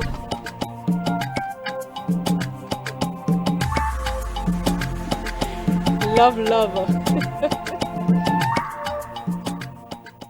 Annie, tout ça en une journée? Ma copine, pardon, dis-moi tout. Oh ma chère, tout ça, c'est grâce au microcrédit à l'AFIA. À l'AFIA. Hier, j'ai été notifiée par SMS de l'obtention de mon crédit. J'ai vite retiré mon microcrédit via un transfert mobile, sans frais de retrait. Et voilà. Moi aussi, je suis devenue une grande. Vous aussi, faites confiance au microcrédit à l'AFIA. Rendez-vous chez le SFD le plus proche. Souscrivez à l'offre de crédit et offrez-vous l'opportunité de réussir. En plus, c'est simple, à moins de coûts, sans frais de retrait et sans déplacement.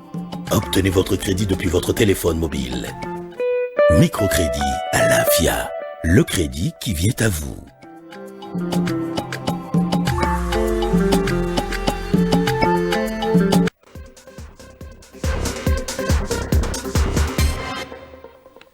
C'est l'instant du talk dans la parenthèse, c'est parti jusqu'à 9h et aujourd'hui on parle de l'éducation et spécialement de la collaboration entre les parents d'élèves et les enseignants en charge de l'éducation de leurs enfants à l'école. C'est important pour chaque parent d'avoir une relation avec les enseignants en charge de l'éducation de ses enfants à l'école. Mais quel type de relation entretenir? Quelle est l'importance de cette relation et surtout, quelles sont les limites à ne pas dépasser par les parents d'élèves et même par les enseignants? La question est sur tapis ce matin dans la parenthèse avec mes invités. Juste Ressa, bonjour. Bonjour à toi. D'accord. Je rappelle que vous êtes le surveillant général du CEG Akpakpa Centre et vous êtes, on va dire, bien placé pour parler de ce thème parce que je suis sûr que dans l'exercice de votre métier, vous rencontrez beaucoup les parents d'élèves et vous discutez également beaucoup avec les enseignants. Tout à fait. D'accord. Alors, en face de vous, on a l'éternel Epiphane Azon, président de la Fédération nationale des parents d'élèves, c'est bien ça, du Bénin. Oui, des parents d'élèves et d'étudiants. Et d'étudiants du Bénin, voilà, président de la Fédération nationale des parents d'élèves et d'étudiants du Bénin, qu'on a toujours le plaisir de recevoir sur le plateau de la parenthèse. Merci une fois encore d'accepter notre invitation. Vous avez été très matinal. Oui, merci bien. C'est un devoir.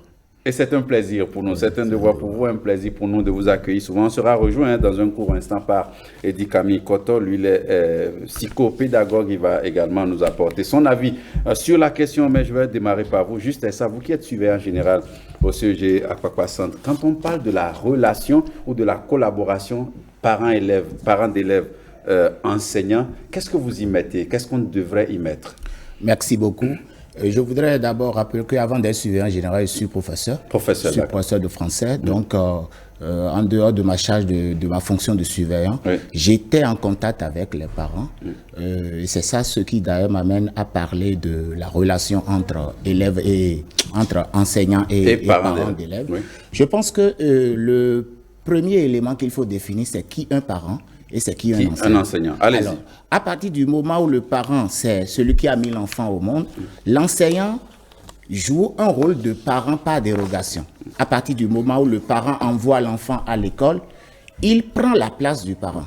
Autrement dit, si vous me demandez la relation qui devait exister entre professeur et parent, c'est une relation de complicité, une relation d'échange, de dialogue, pour mieux connaître non seulement l'enfant et le suivre efficacement. Efficacement, c'est important parce que une fois l'enfant envoyé à l'école, président Epiphane Azon, une fois l'enfant envoyé à l'école, ça c'est pas suffisant pour un parent d'élève de payer la scolarité de l'enfant, de lui payer les fournitures et de le voir aller à l'école chaque jour et se dire bon, j'ai scolarisé mon enfant, j'ai fait mon devoir. Il faut aller bien plus au-delà parce que beaucoup de parents se trompent sur la question.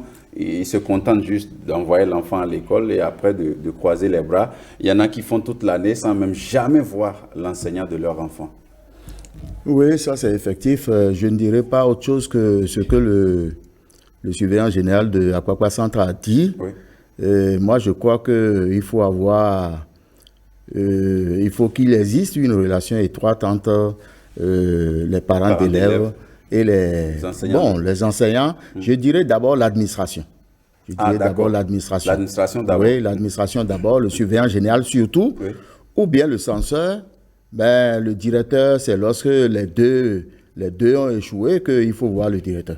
Sinon, en fait, le surveillant général déjà peut régler en matière de discipline l'enfant, disons, comment l'enfant réagit à l'école. Bon, au niveau du censorat, c'est lorsque les bulletins sortent, comment est-ce que et quel enseignant il faut voir pour discuter avec ce dernier afin qu'il renforce les capacités de l'apprenant. Bon, je crois que c'est ça. Mais ne pas aller du tout à l'école, s'imprégner voilà, auprès de l'administration pour s'imprégner de ce que l'enfant vit, de ce que l'enfant, des comportements de l'enfant dans l'école, c'est pas bien. À la fin d'année, on se retrouve face à des résultats auxquels on ne s'attendait guère de son enfant, et puis on commence par se lamenter. C'est tard. C'est tard. C'est bien important, hein, cette relation. Eddy Kamikoto, vous nous avez rejoint, je vous l'avais annoncé, chers téléspectateurs. Alors, il y a des enfants qui présentent deux visages, un à la maison et un autre à l'école. Ça, c'est vrai. Et donc, quand les parents n'ont pas, on va dire, l'habitude d'aller au contact de l'administration, le président l'a souligné, ou même de l'enseignant de l'enfant, ou un des enseignants de l'enfant, s'il est au collège, parce que ça devient plusieurs enseignants à la fois pour l'enfant, c'est difficile pour les parents de savoir que leur enfant mène une toute autre vie à l'école.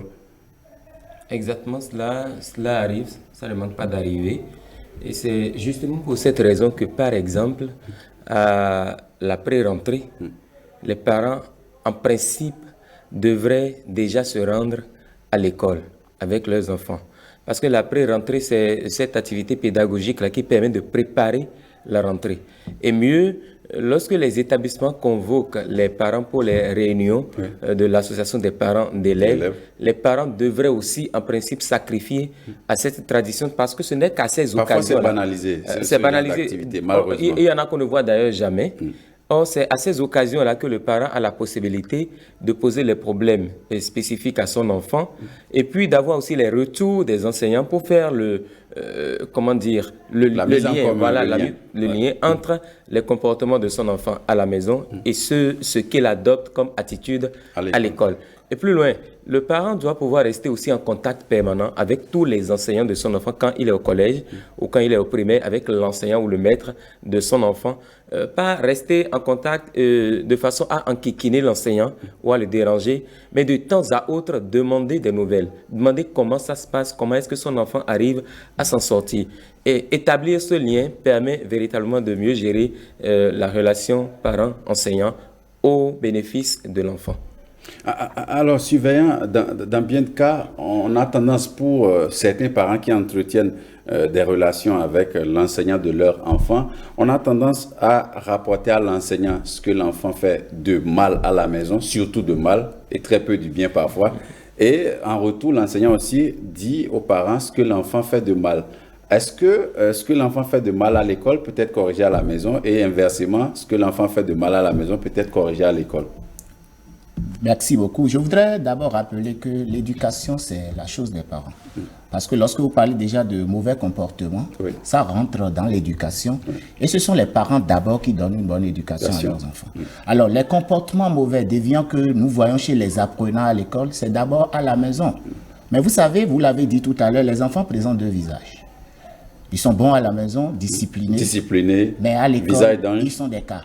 Et lorsque vous invitez des parents pour leur dire, mais votre enfant a fait ci, a fait ça, ils ont tendance à ne pas croire. Les parents s'étonnent. Et cela crée un conflit entre l'école et la maison. Cela crée un conflit entre l'enseignant et les parents. Puisque le parent dit mordicus, mon enfant ne peut pas faire ça. Mais le professeur démontre que l'enfant l'a fait. Alors, à partir de ce moment, je pense que nous devons repréciser le rôle de l'école. Est-ce que l'école sert simplement à enseigner ou bien l'école sert aussi à éduquer? Dans tous les cas, il y a des comportements de l'école que l'enseignant corrige, il y a des comportements de la maison qu'il est obligé d'inviter les parents pour qu'ils puissent intervenir pour corriger. Mais nous avons une difficulté. Vous savez, l'effectif pléthorique de nos classes ne nous aide pas. Dans les systèmes sérieux, il n'y a pas ce conseil de fin de semestre ou de trimestre où chaque parent ne passe devant chaque enseignant. Aller au collège Montaigne, c'est ce qui se passe.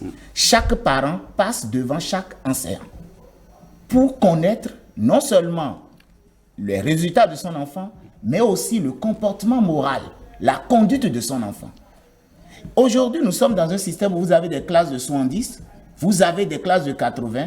Comment peut-on en une journée réellement recevoir tous les parents de 80 élèves? C'est là la difficulté. Difficile. Et il est donc difficile, non seulement c'est difficile, mais comment l'enseignant, et vous appelez, et c'est là encore le drame, vous appelez des parents pour des cas spécifiques, parce qu'à la fin du semestre, on revoit toujours la conduite. Il y a des élèves qui ont 40 heures. Quand on s'en rend compte, on appelle les parents disent le problème de cet enfant-là ne me concerne pas. Ton enfant, et tu démissionnes. Donc nous vivons dans une sorte de désinvolture qui n'est pas au bénéfice de l'enfant. Alors, Président Epiphane Azon, vous qui êtes en charge de la Fédération nationale des parents d'élèves et d'étudiants du Bénin, est-ce que vous travaillez dans ce sens-là pour faire comprendre aux parents lors des différentes assises qu'il est important d'entretenir des relations saines avec les enseignants? Oui, les assemblées générales en parlent suffisamment, mais malheureusement, lorsque vous convoquez une assemblée générale, force est de constater que, bon, c'est banalisé pratiquement. Pour une école de 2000 élèves, par exemple, si vous voyez 40 parents d'élèves ou 50 parents d'élèves, c'est trop. C'est trop. Mais nous sensibilisons les 40 ou les 50 à leur charge, de sensibiliser les autres. Ouais. Si là, c'est de bouche à oreille, et là, on les envoie dans la communauté. C'est ça. Donc, c'est ça. C'est dommage, c'est réel. Effectivement, les deux visages sont parfois présentés par le même enfant. Et le géniteur qui est le premier éducateur, devrait pouvoir se rapprocher souvent de l'administration, surtout du surveillant général, pour, en matière de discipline, comme je l'ai dit tantôt, savoir comment son enfant se comporte et voir et comparer avec ce qui se passe à la maison. Et là, très tôt, on change de fusil d'épaule.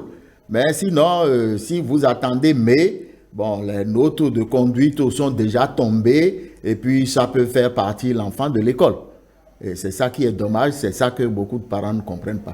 Il y a même des élèves dans des établissements qui sont convoqués en conseil de discipline. On leur demande de ramener un parent, mais parce que le parent est si distant de l'administration, l'élève ne ramène pas son vrai parent qui est en charge de son éducation, qui est son père biologique. Il ramène un individu lambda qui vient juste pour la séance faire office du père ou de l'oncle ou du tuteur de l'enfant, simplement parce que le vrai père ou la vraie mère a démissionné dans sa relation, dans sa collaboration avec l'enseignant qui est en charge de l'éducation de son enfant. Ou bien le père est reconnu très sévère par l'enfant, et l'enfant sait que si le père vient s'informer, et qu'il a cette douloureuse, malheureuse information, ça va chauffer à la maison. Ça va chauffer à la maison. Donc, il ramasse quelqu'un au bord de la voie, et puis il l'amène, et celui-là, Jules l'amène sur le cœur qu'il est le père ou bien il est l'oncle. Et il répond à l'invitation. Il répond à l'invitation, et puis à la sortie, bon, c'est fini dans la nature. Et le vrai père ou la vraie mère, finalement, ne sait rien de ce qui se passe. Rien du tout. Malheureusement, il y a des familles monoparentales, et puis, bon, ça crée tous les problèmes que nous constatons maintenant. C'est le père qui s'occupe de l'enfant avec la seconde femme, ou bien c'est la mère qui s'occupe de l'enfant avec le second mari, ainsi de suite. Ou bien la mère est livrée à elle-même, elle n'a plus de mari et elle doit s'occuper des enfants. Bon, c'est bien dommage. C'est dommage. Alors, votre avis sur la question avec monsieur Essa, je veux bien savoir ce que vous pensez de cette situation. Oui, en fait, vous savez, c'est dire que quelque part, l'école, excusez de le dire, ne joue pas suffisamment son rôle. Comment? On ne devrait pas, par exemple, accepter de recevoir un apprenant sans avoir aucune information sur ses parents, ses vrais parents, s'ils sont encore en vie. Mais il y a beaucoup de cas dans lesquels on reçoit les enfants juste comme ça. Et puis l'école ne cherche plus à savoir 1 mois, 3 mois, un semestre après qui sont ses parents, qui sont les personnes qui répondent de cet apprenant. Et mieux, lorsque par exemple, en fin de trimestre ou de semestre, les écoles convoquent les parents pour la remise des bulletins, il y en a qui ne se manifestent jamais, il y a des parents qui ne viennent jamais, alors que c'est aussi l'occasion propice pour discuter avec le parent et lui faire mention des déviances constatées au niveau de son enfant, des baisses de performance constatées, de ses faiblesses. Et puis, voilà, de ses faiblesses, et proposer des solutions de façon collégiale, de façon à les remonter. Et puis, plus loin, dans certaines écoles, j'admire le fait, par exemple, qu'il existe des carnets de correspondance qui sont régulièrement suivis, et d'autres moyens aussi qui permettent à l'école d'entrer constamment en relation avec le parent. Donc, il y a ce suivi-là qui devrait pouvoir exister. Et le SG l'a dit. Dans des classes à effectifs pléthoriques, ce n'est pas toujours chose aisée de vérifier les différences ou de contrôler les différences individuelles de chaque apprenant. Et cela pose aussi le problème de suivi ou de relation parent-enfant. Et puis, il faut le dire, c'est malheureusement dans les privés qu'aujourd'hui, pour la remise des bulletins, on convoque les parents. On organise en bonne et due forme une journée porte ouverte où tous les parents sont conviés et en cette journée-là, il n'y a pas d'activité pédagogique. Mais dans les établissements publics, chaque parent vient quand il le désire ou quand l'établissement dit, bon, les parents peuvent commencer par... Chaque parent peut déléguer même... Voilà, une tierce personne qui vient chercher, ce qui n'est pas normal. Parce que... Ou une fois encore, l'élève qui trouve quelqu'un dans la rue, qui vient jouer le rôle de parent et qui vient chercher le bulletin sans forcément pouvoir faire après le travail qu'il doit suivre. Parce qu'un enfant qui a obtenu 8 ou 9 de moyenne, un enfant qui est en baisse de performance, il doit quand même avoir un travail de fond pour relever son niveau au 2e ou au 3e trimestre, à l'effet d'éviter les mauvais résultats en fin d'année. Je pense votre avis sur la question, monsieur Essa? Pour ça, pour la fausse identité, nous sommes en train de corriger ça. On ne reçoit plus de parents aujourd'hui sans carte d'identité. Au moins, il doit présenter un papier qui prouve qu'il est le géniteur de l'enfant. C'est déjà bien. Je voudrais aussi dire que les parents n'ont qu'à cesser d'être des géniteurs. Il faut qu'ils deviennent effectivement des parents pour parer aux déviances de leurs enfants. Parce qu'il y a beaucoup de géniteurs. Vous savez que les enfants viennent s'inscrire eux-mêmes. Les enfants viennent s'inscrire eux-mêmes. Les parents ne savent même pas. Un parent vient dans l'établissement et dit, mon enfant est en 6e. Quel 6e? Il ne sait pas. Il ne sait pas. Mais c'est un problème. S'il ne connaît pas la classe de l'apprenant, comment peut-il connaître les professeurs qui l'encadrent? Comment sait-il que l'enfant prend note quand il vient à l'école? Tout ça, c'est des problèmes que nous gérons. Mais il y a un autre élément très important. C'est que les parents eux-mêmes prennent à mal aujourd'hui le fait que les enseignants les appellent trop. Parce qu'ils sont occupés. Ils estiment que c'est un dérangement. Nous, cette année, nous avons dans notre liste alpha, on a tout fait pour avoir le numéro de tous les parents. Lorsque ça nous dépasse, vous composez le numéro. On compose directement le numéro. Mais vous composez le numéro, le parent vous dit, je n'ai pas le temps, réglez-moi ça. Ou bien le parent vient, il dit, je vous confie cet enfant. C'est bien grave. Ce n'est pas on ne peut pas jouer le rôle des parents à leur place. Donc vous voyez tout ce flou dans lequel l'école baigne m'amène parfois à dire que c'est en réalité tout le système scolaire qui est en crise. L'État, les enseignants, et il l'a dit tout à l'heure, nous aussi l'école. Quel temps nous avons? Si je dois appeler 3000 parents, dans quel budget? L'État n'accompagne pas. Donc, à tous les niveaux, dans ce quadrilatère, à tous les niveaux, il y a des failles. Aussi bien l'enseignant, il y a des enseignants qui viennent juste pour enseigner et repartir. Il y a d'autres qui viennent juste pour donner le savoir, pour partir. Et tout ça, ça crée des, je vais dire, une sorte de déconfiture à l'intérieur même du système éducatif qui devait normalement relever le niveau des enfants. Justement, vous avez abordé une question que j'avais prévu d'aborder. C'est la question de ces enseignants-là qui, en réalité, se foutent pas mal, excusez-moi de peu l'expression, du comportement de l'enfant. C'est-à-dire que c'est des enseignants qui viennent juste pour donner leur cours avoir le salaire après, donc pas plus, pas moins. Donc les déviances morales de l'enfant, ce n'est vraiment pas son problème. Donc un tel enseignant, c'est difficile quand même si vous avez la volonté en tant que parent de collaborer avec lui. Oui, mais disons que l'enseignant, il n'est pas qu'éducateur, il n'est pas qu'enseignant, il est également éducateur. Donc, il prend la relève lorsque le parent vient mettre l'enfant à la disposition de l'école. Oui. Hein? Mais comme il a été dit tantôt, je crois que l'effectif pléthorique ne prête pas main forte à ce que normalement on doit faire. Bon, maintenant, il y a certains enseignants, depuis que on ne doit plus frapper, ils viennent, ils donnent leur cours, ils sont lavé les mains. Ouais, ils se retirent. Ah oui, parce que ils trouvent quand même qu'il faut aller un peu, par moment, au châtiment corporel pour ramener l'enfant à l'ordre, mais si ce n'est pas le cas, bon, je donne mes cours et puis je continue mon chemin.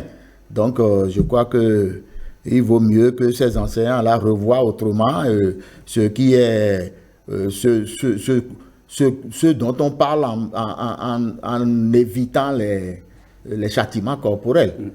Donc, il faut qu'ils voient ça autrement. Et qu'ils soient en dehors d'être enseignants, qu'ils soient également pères comme nous.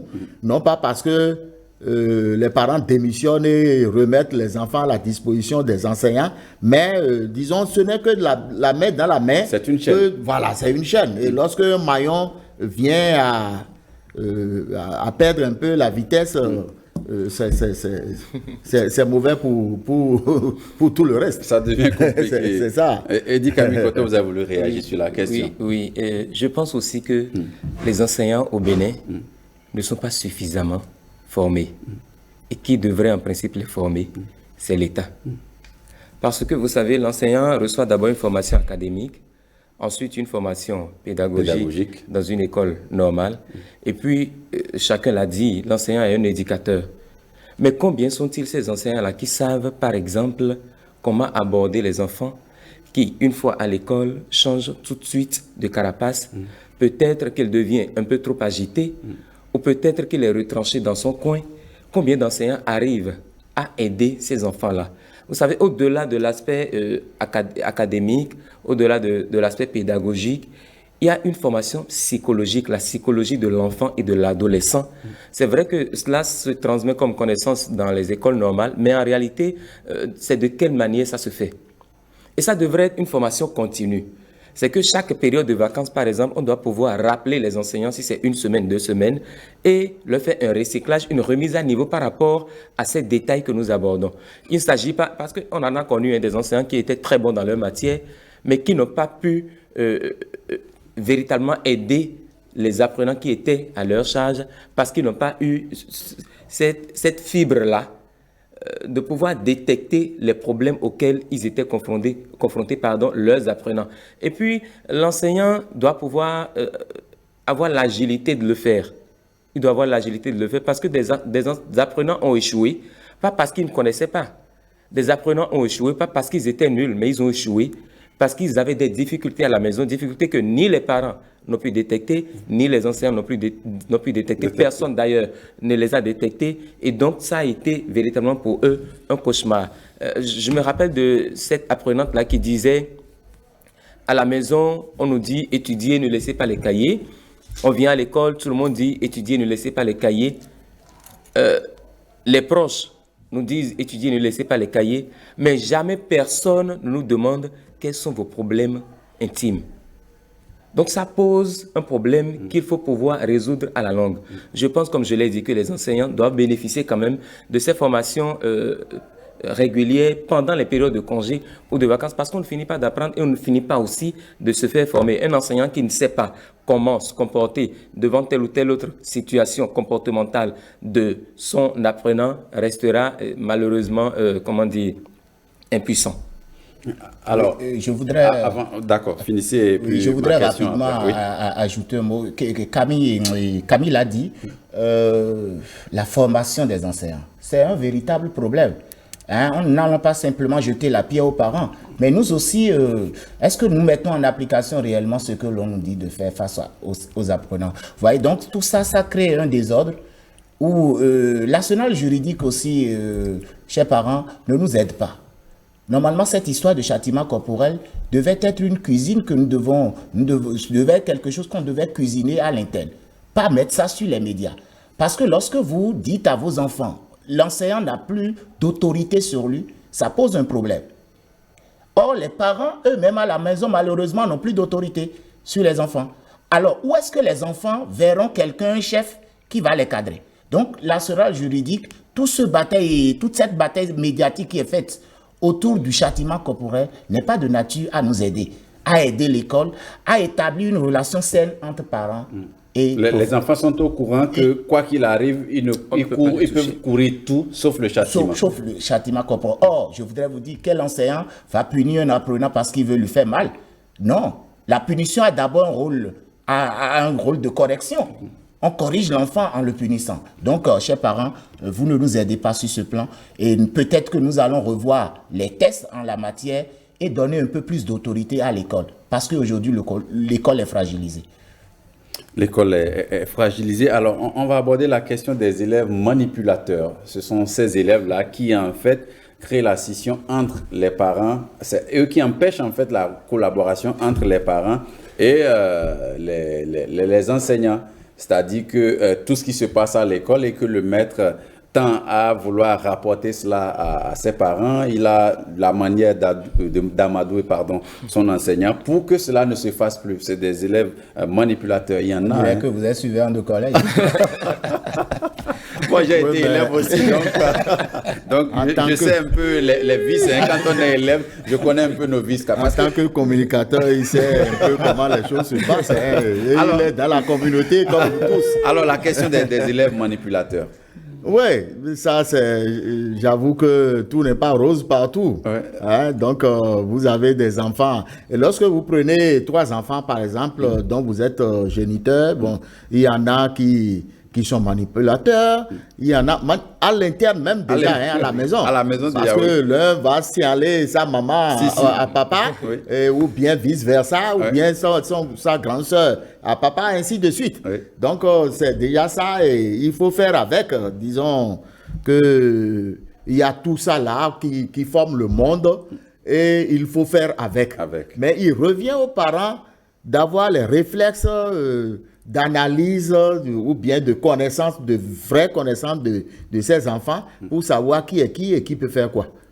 Hein, malheureusement, c'est ça qui nous échappe souvent. Vous qui êtes au contact des élèves Eddie Kamikoto et juste ça, comment appréhendez-vous cette question des élèves manipulateurs qui bouchent un peu, on va dire, le flux de la collaboration entre leurs parents et leurs enseignants? Non, comme on le dit, on dit que lorsqu'on a renversé ses bagages, il faut voir là où on a trébuché. Oui. Donc c'est déjà au début de l'année. Puisque si on avait établi une relation avec les parents, rappelez-vous, nos parents allaient à l'école à l'improviste. Oui, le temps. À l'improviste. Oui, à l'improviste. Ils font un tour juste comme ça. Et vous levez la tête, vous voyez votre maman ou bien votre papa dans la cour de l'école, mais le cœur bat. Parce qu'on ne sait pas pourquoi il est là. Discussion préalable. Donc, à partir du moment où, au début de l'année, cette relation-là n'est pas établie, les élèves vont nous manipuler. Mais vous savez, Camille a dit quelque chose d'important. Lorsque vous avez fait la psychologie de l'enfant, lorsque vous étudiez la psychologie, quand il ment, on le sait. Quand il ment, automatiquement, on le sait. Vous voyez, je vais vous raconter une histoire. D'accord. Une petite histoire. Nous avons découvert dans le sac d'une apprenante des pilules, une apprenante de 5e. Des pilules contraceptives. Pour avorter. Ah. Pour avorter. Mais lorsque le parent est venu, le parent a dit que c'est une autre apprenante qui a mis ça dans son sac. Il a pris la défense. Il a pris la défense de son enfant. Parce que l'enfant lui aurait dit non, c'est pas moi. Mais nous savons comment faire avouer cela à l'enfant. Nous l'avons fait. Le parent était étonné. Donc, vous voyez, lorsque vous avez étudié la psychologie de l'enfant, lorsque aussi vous avez été, comme vous l'avez dit tout à l'heure, vous avez été aussi élève. Vous comprenez rapidement et vous arrivez à détecter ça. Et comme je l'ai dit, il faut que nous, enseignants, nous puissions appeler aussi les parents à l'improviste. sans que l'enfant ne le sache. L'enfant a posé un problème, vous ne lui dites rien. Vous appelez le parent et il vient voir le parent dans votre bureau. Et là, vous allez voir que le problème se règle autrement. Que si vous lui dites, va m'appeler. Quand vous le prévenez. Quand vous le prévenez, il va et il organise son coup. Le parent vient et commence par déverser sa bile sur vous. Et c'est dommage. Camille, sur la question. Oui, en complément à tout ce qui a été dit, juste à parler des bases de la relation pédagogique. Et je pense qu'en début d'année, l'enseignant doit pouvoir aussi marquer son territoire. Il doit instaurer son autorité pour que l'enfant ne se hasarde pas après à pouvoir le manipuler. En fait, c'est le visage que vous présentez, c'est ça qui permet à l'enfant soit de vous manipuler ou de ne pas le faire. Et puis, il y a des parents aussi qui instinctivement prennent la défense de leurs enfants sans autre mesure, sans aucun contrôle en arrière. C'est ce qui est dommage. Et vous savez, les années antérieures, des parents sont allés convoquer, par exemple, les enseignants de leurs enfants pour des raisons qui n'en valaient pas la peine. Des parents se sont aussi rendus dans des écoles pour en venir aux mains avec les enseignants de leurs enfants. Et ça a été, ces 3 dernières années quand même, beaucoup de cas signalés dans les écoles, aussi bien privées que publiques. Les parents doivent savoir, au-delà de tout, que l'enseignant a d'abord comme rôle, c'est vrai, un enseignant, celui qui transmet le savoir, mais aussi il est éducateur. Et puis quand vous savez que c'est celui-là qui passe le plus de temps avec votre enfant, vous devez pouvoir vous arranger pour établir une bonne relation, une relation de bonne collaboration. D'accord. Alors, on va aborder le dernier aspect de ce débat. On a encore un quart d'heure pour boucler. On parle maintenant des relations qui sont tendues. Ça aussi, c'est un autre type de collaboration. Et les relations sont clairement tendues entre le parent d'élève et l'enseignant. Rien ne marche tout au long de l'année. Il y a de ces parents-là, et dit Camille Koto l'a rappelé, qui débarquent à l'école, font du bruit sur l'enseignant, au vu aussi de tout le monde et devant l'apprenant également, ce qui ne lui fait pas du tout de bien. Et paf, la relation devient vraiment tendue et difficile à gérer le reste de l'année. C'est bien dommage, c'est bien dommage. Il faut que les parents évitent ça. Il faut que les parents évitent ça parce que celui qui transmet le savoir à ton enfant, je crois que celui-là a besoin d'être chouchouté. Quel que soit alpha, parce que l'enseignant peut être un jour de mauvaise humeur et puis commettre des impairs. Mais il revient à toi, parent, de savoir, mais est-ce que c'est tous les jours qu'il se comporte comme ça? Est-ce qu'il n'est pas mal réveillé aujourd'hui? Et puis, laisser le temps passer et chercher à revoir cet enseignant pour discuter avec lui. Moi, je crois que c'est l'idéal. Mais tout de suite, tout de go, aller aux mains, j'ai appris, partout où ça s'est passé. Je crois que je suis intervenu pour décourager ça. Pour décourager ça et faire en sorte que mes relais départementaux prennent la relève pour sensibiliser davantage. Monsieur Essa, oui, des parents tendus. Peut-être que vous avez assisté à des scènes où les relations sont devenues clairement conflictuelles entre les parents d'élèves et l'école, disons l'école et les parents qui débarquent et nous prennent à partie. C'est pas leur faute. C'est pas leur faute. Parfois, c'est le rapport, parfois, c'est le type de rapport que l'enfant allait leur faire à la maison et sans chercher à prendre la vie. Enfin, la version des enseignants ou de l'administration débarque pour régler les comptes. Vous savez, le parent aussi, c'est un être humain. Donc, il peut avoir ses humeurs. Ça dépend de la façon dont l'enfant lui a rapporté le problème à la maison. Il débarque. Mais vous savez, nous devons toujours prendre de la hauteur. Moi, je suis enseignant. En situation de classe, tout ce qui se passe pendant 2 heures de cours, c'est trop. Il y a des moments où vous êtes obligé de vous rappeler que vous êtes enseignant. Sinon, vous restez dans votre peau humaine, et vous allez créer un désordre sans le savoir. Les parents ne comprennent pas ça. Les parents voient l'enseignant comme un génie ou plutôt un surhomme qui doit, c'est-à-dire être à la hauteur de toutes les situations. Et tout supporter. Et quand leur enfant vient dire quelque chose, ils débarquent à l'école. C'est pourquoi je disais tout à l'heure que ce n'est pas de leur faute. Si au début de l'année, ils avaient pris contact avec le cadre scolaire, je pense que ça irait mieux.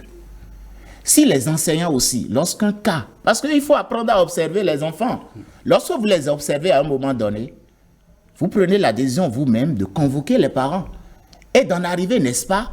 Même s'ils sont tendus, il y a des parents qui viennent dans mon bureau tout tendus. Ils gonflent le muscle, c'est comme s'ils veulent nous tuer. Et à partir du premier mot que je leur... Ah oui, à partir du premier mot. Non, nous sommes en insécurité aujourd'hui. Il faut vous le dire. L'école vit dans une insécurité. Une insécurité instaurée par les parents, malheureusement. Parce que notre premier contact avec l'extérieur, c'est les parents. C'est eux qui viennent. Nous sommes en insécurité. Mais, il suffit que l'enseignant, comme on l'a dit tout à l'heure, le surveillant général, puisque nous supportons tout.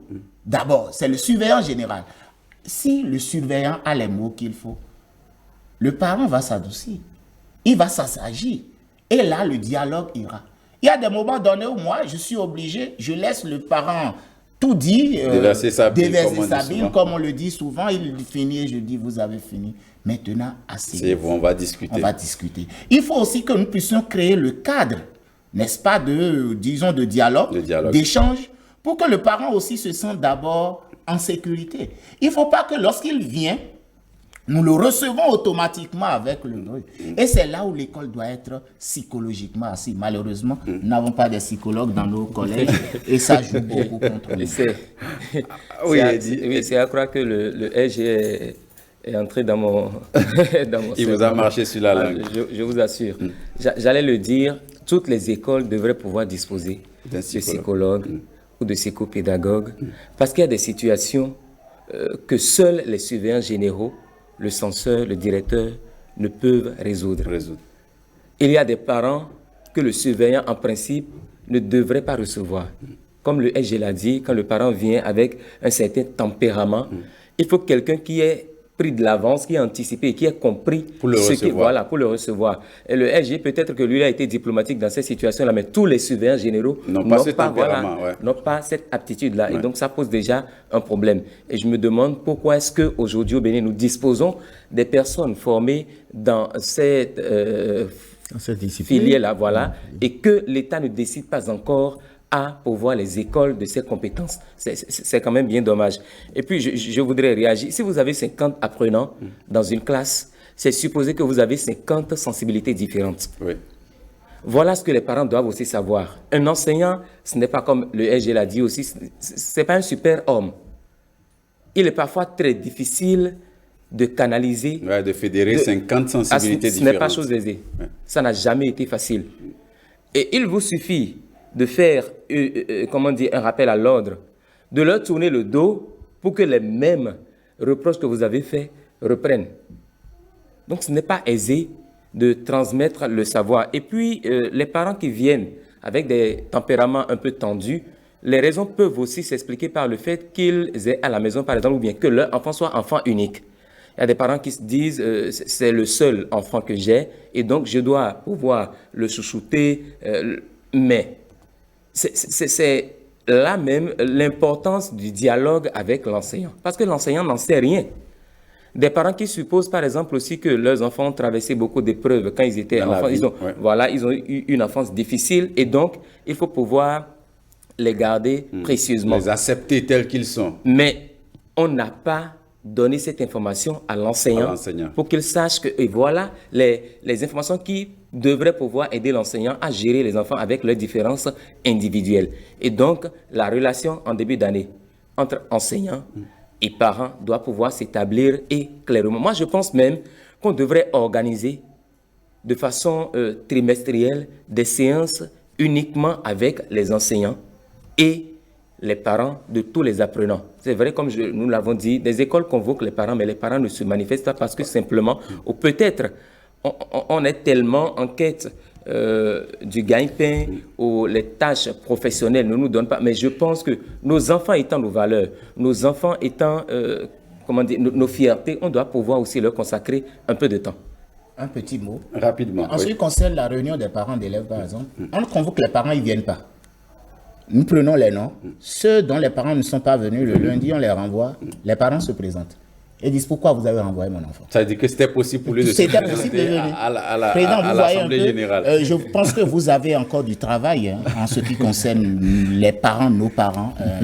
Allez, on a encore 5 minutes. On va aborder le dernier aspect de ce débat de la collaboration entre les parents d'élèves et les enseignants. On parle d'avoir de bonnes relations, mais on a oublié de dire que parfois les relations sont trop bonnes et finissent par tout gâter encore. Parce que vous avez des parents d'élèves ou des enseignants qui se font inviter dans les bars par les parents d'élèves.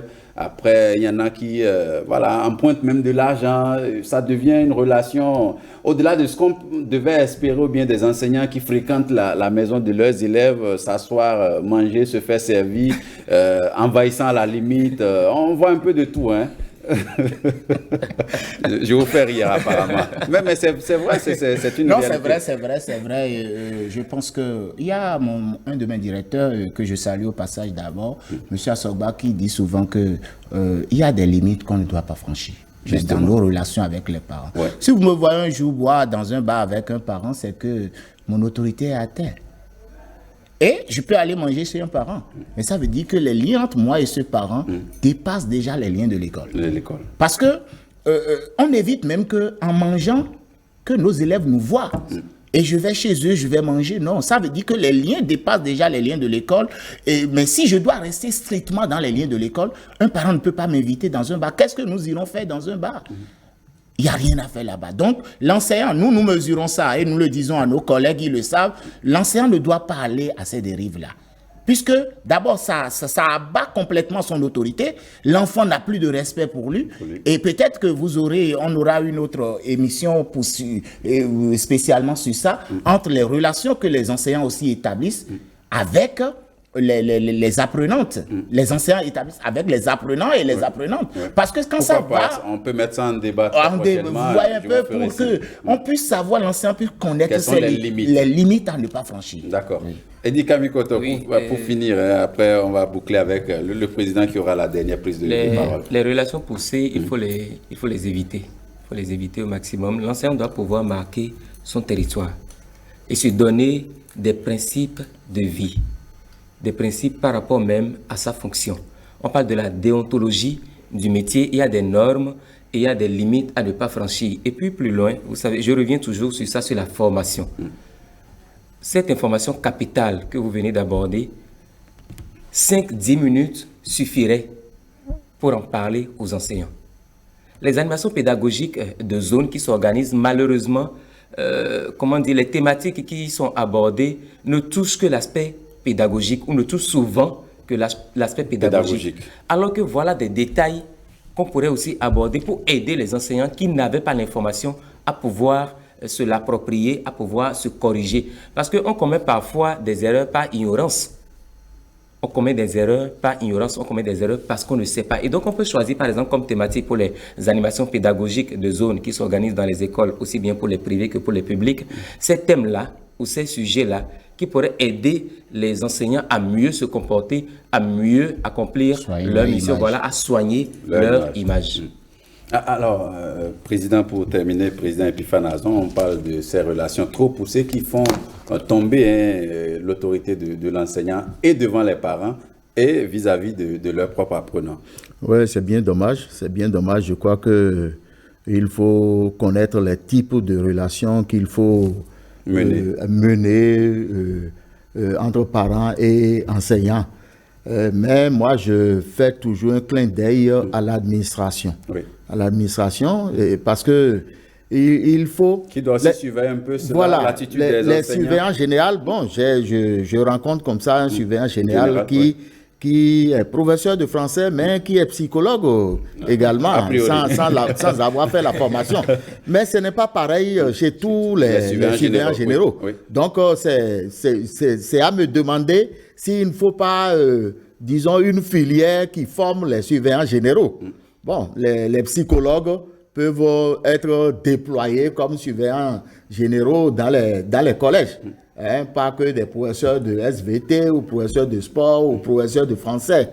Donc, il faut des spécialistes de la question. C'est comme les censeurs aussi. Est-ce qu'il n'y a pas une une formation pour les censeurs uniquement. Et là, lorsque vous quittez cette école-là, vous n'êtes censeur ou rien du tout. Chef d'établissement, pareil. Parce que, disons que ce n'est pas toujours ce que nous souhaitons que nous avons dans les écoles. Une fois encore, on fait avec juste 10 secondes. Oui, vous avez abordé un aspect, l'enseignant qui s'en va prêter de l'argent ou passer de l'argent chez le parent, ça arrive. Et vous savez, je ne justifie pas, et je pense que c'est un comportement à éviter au maximum. Mais au-delà de tout, il faut dire aussi, l'État doit pouvoir mettre les enseignants dans les conditions meilleures, qu'il faut. D'accord. Merci beaucoup à vous, Eddy Kamikoto. Et juste, Essa, vous êtes le surveillant général du CEG Akpakpa Centre. Et il y avait également en plateau Epiphane Azon, président de la Fédération nationale des parents d'élèves et d'étudiants du Bénin. Avec vous, il s'est agi aujourd'hui de la question de la bonne collaboration entre les parents et les enseignants, les parents d'élèves bien entendu, et les enseignants. Quelles sont les limites et quelle est l'importance de ce type de collaboration? Et surtout, on a également parlé des limites à ne pas franchir et par les parents d'élèves et par les enseignants. On espère que vous avez pu tirer grand profit donc, de ce débat, vous qui êtes acteurs de l'éducation, vous qui êtes parents d'élèves et vous qui êtes élèves. On va se laisser, c'est la fin de cette émission. On va se retrouver demain, très exactement à partir de 7h pour un autre numéro de La Parenthèse. Bonne journée à vous.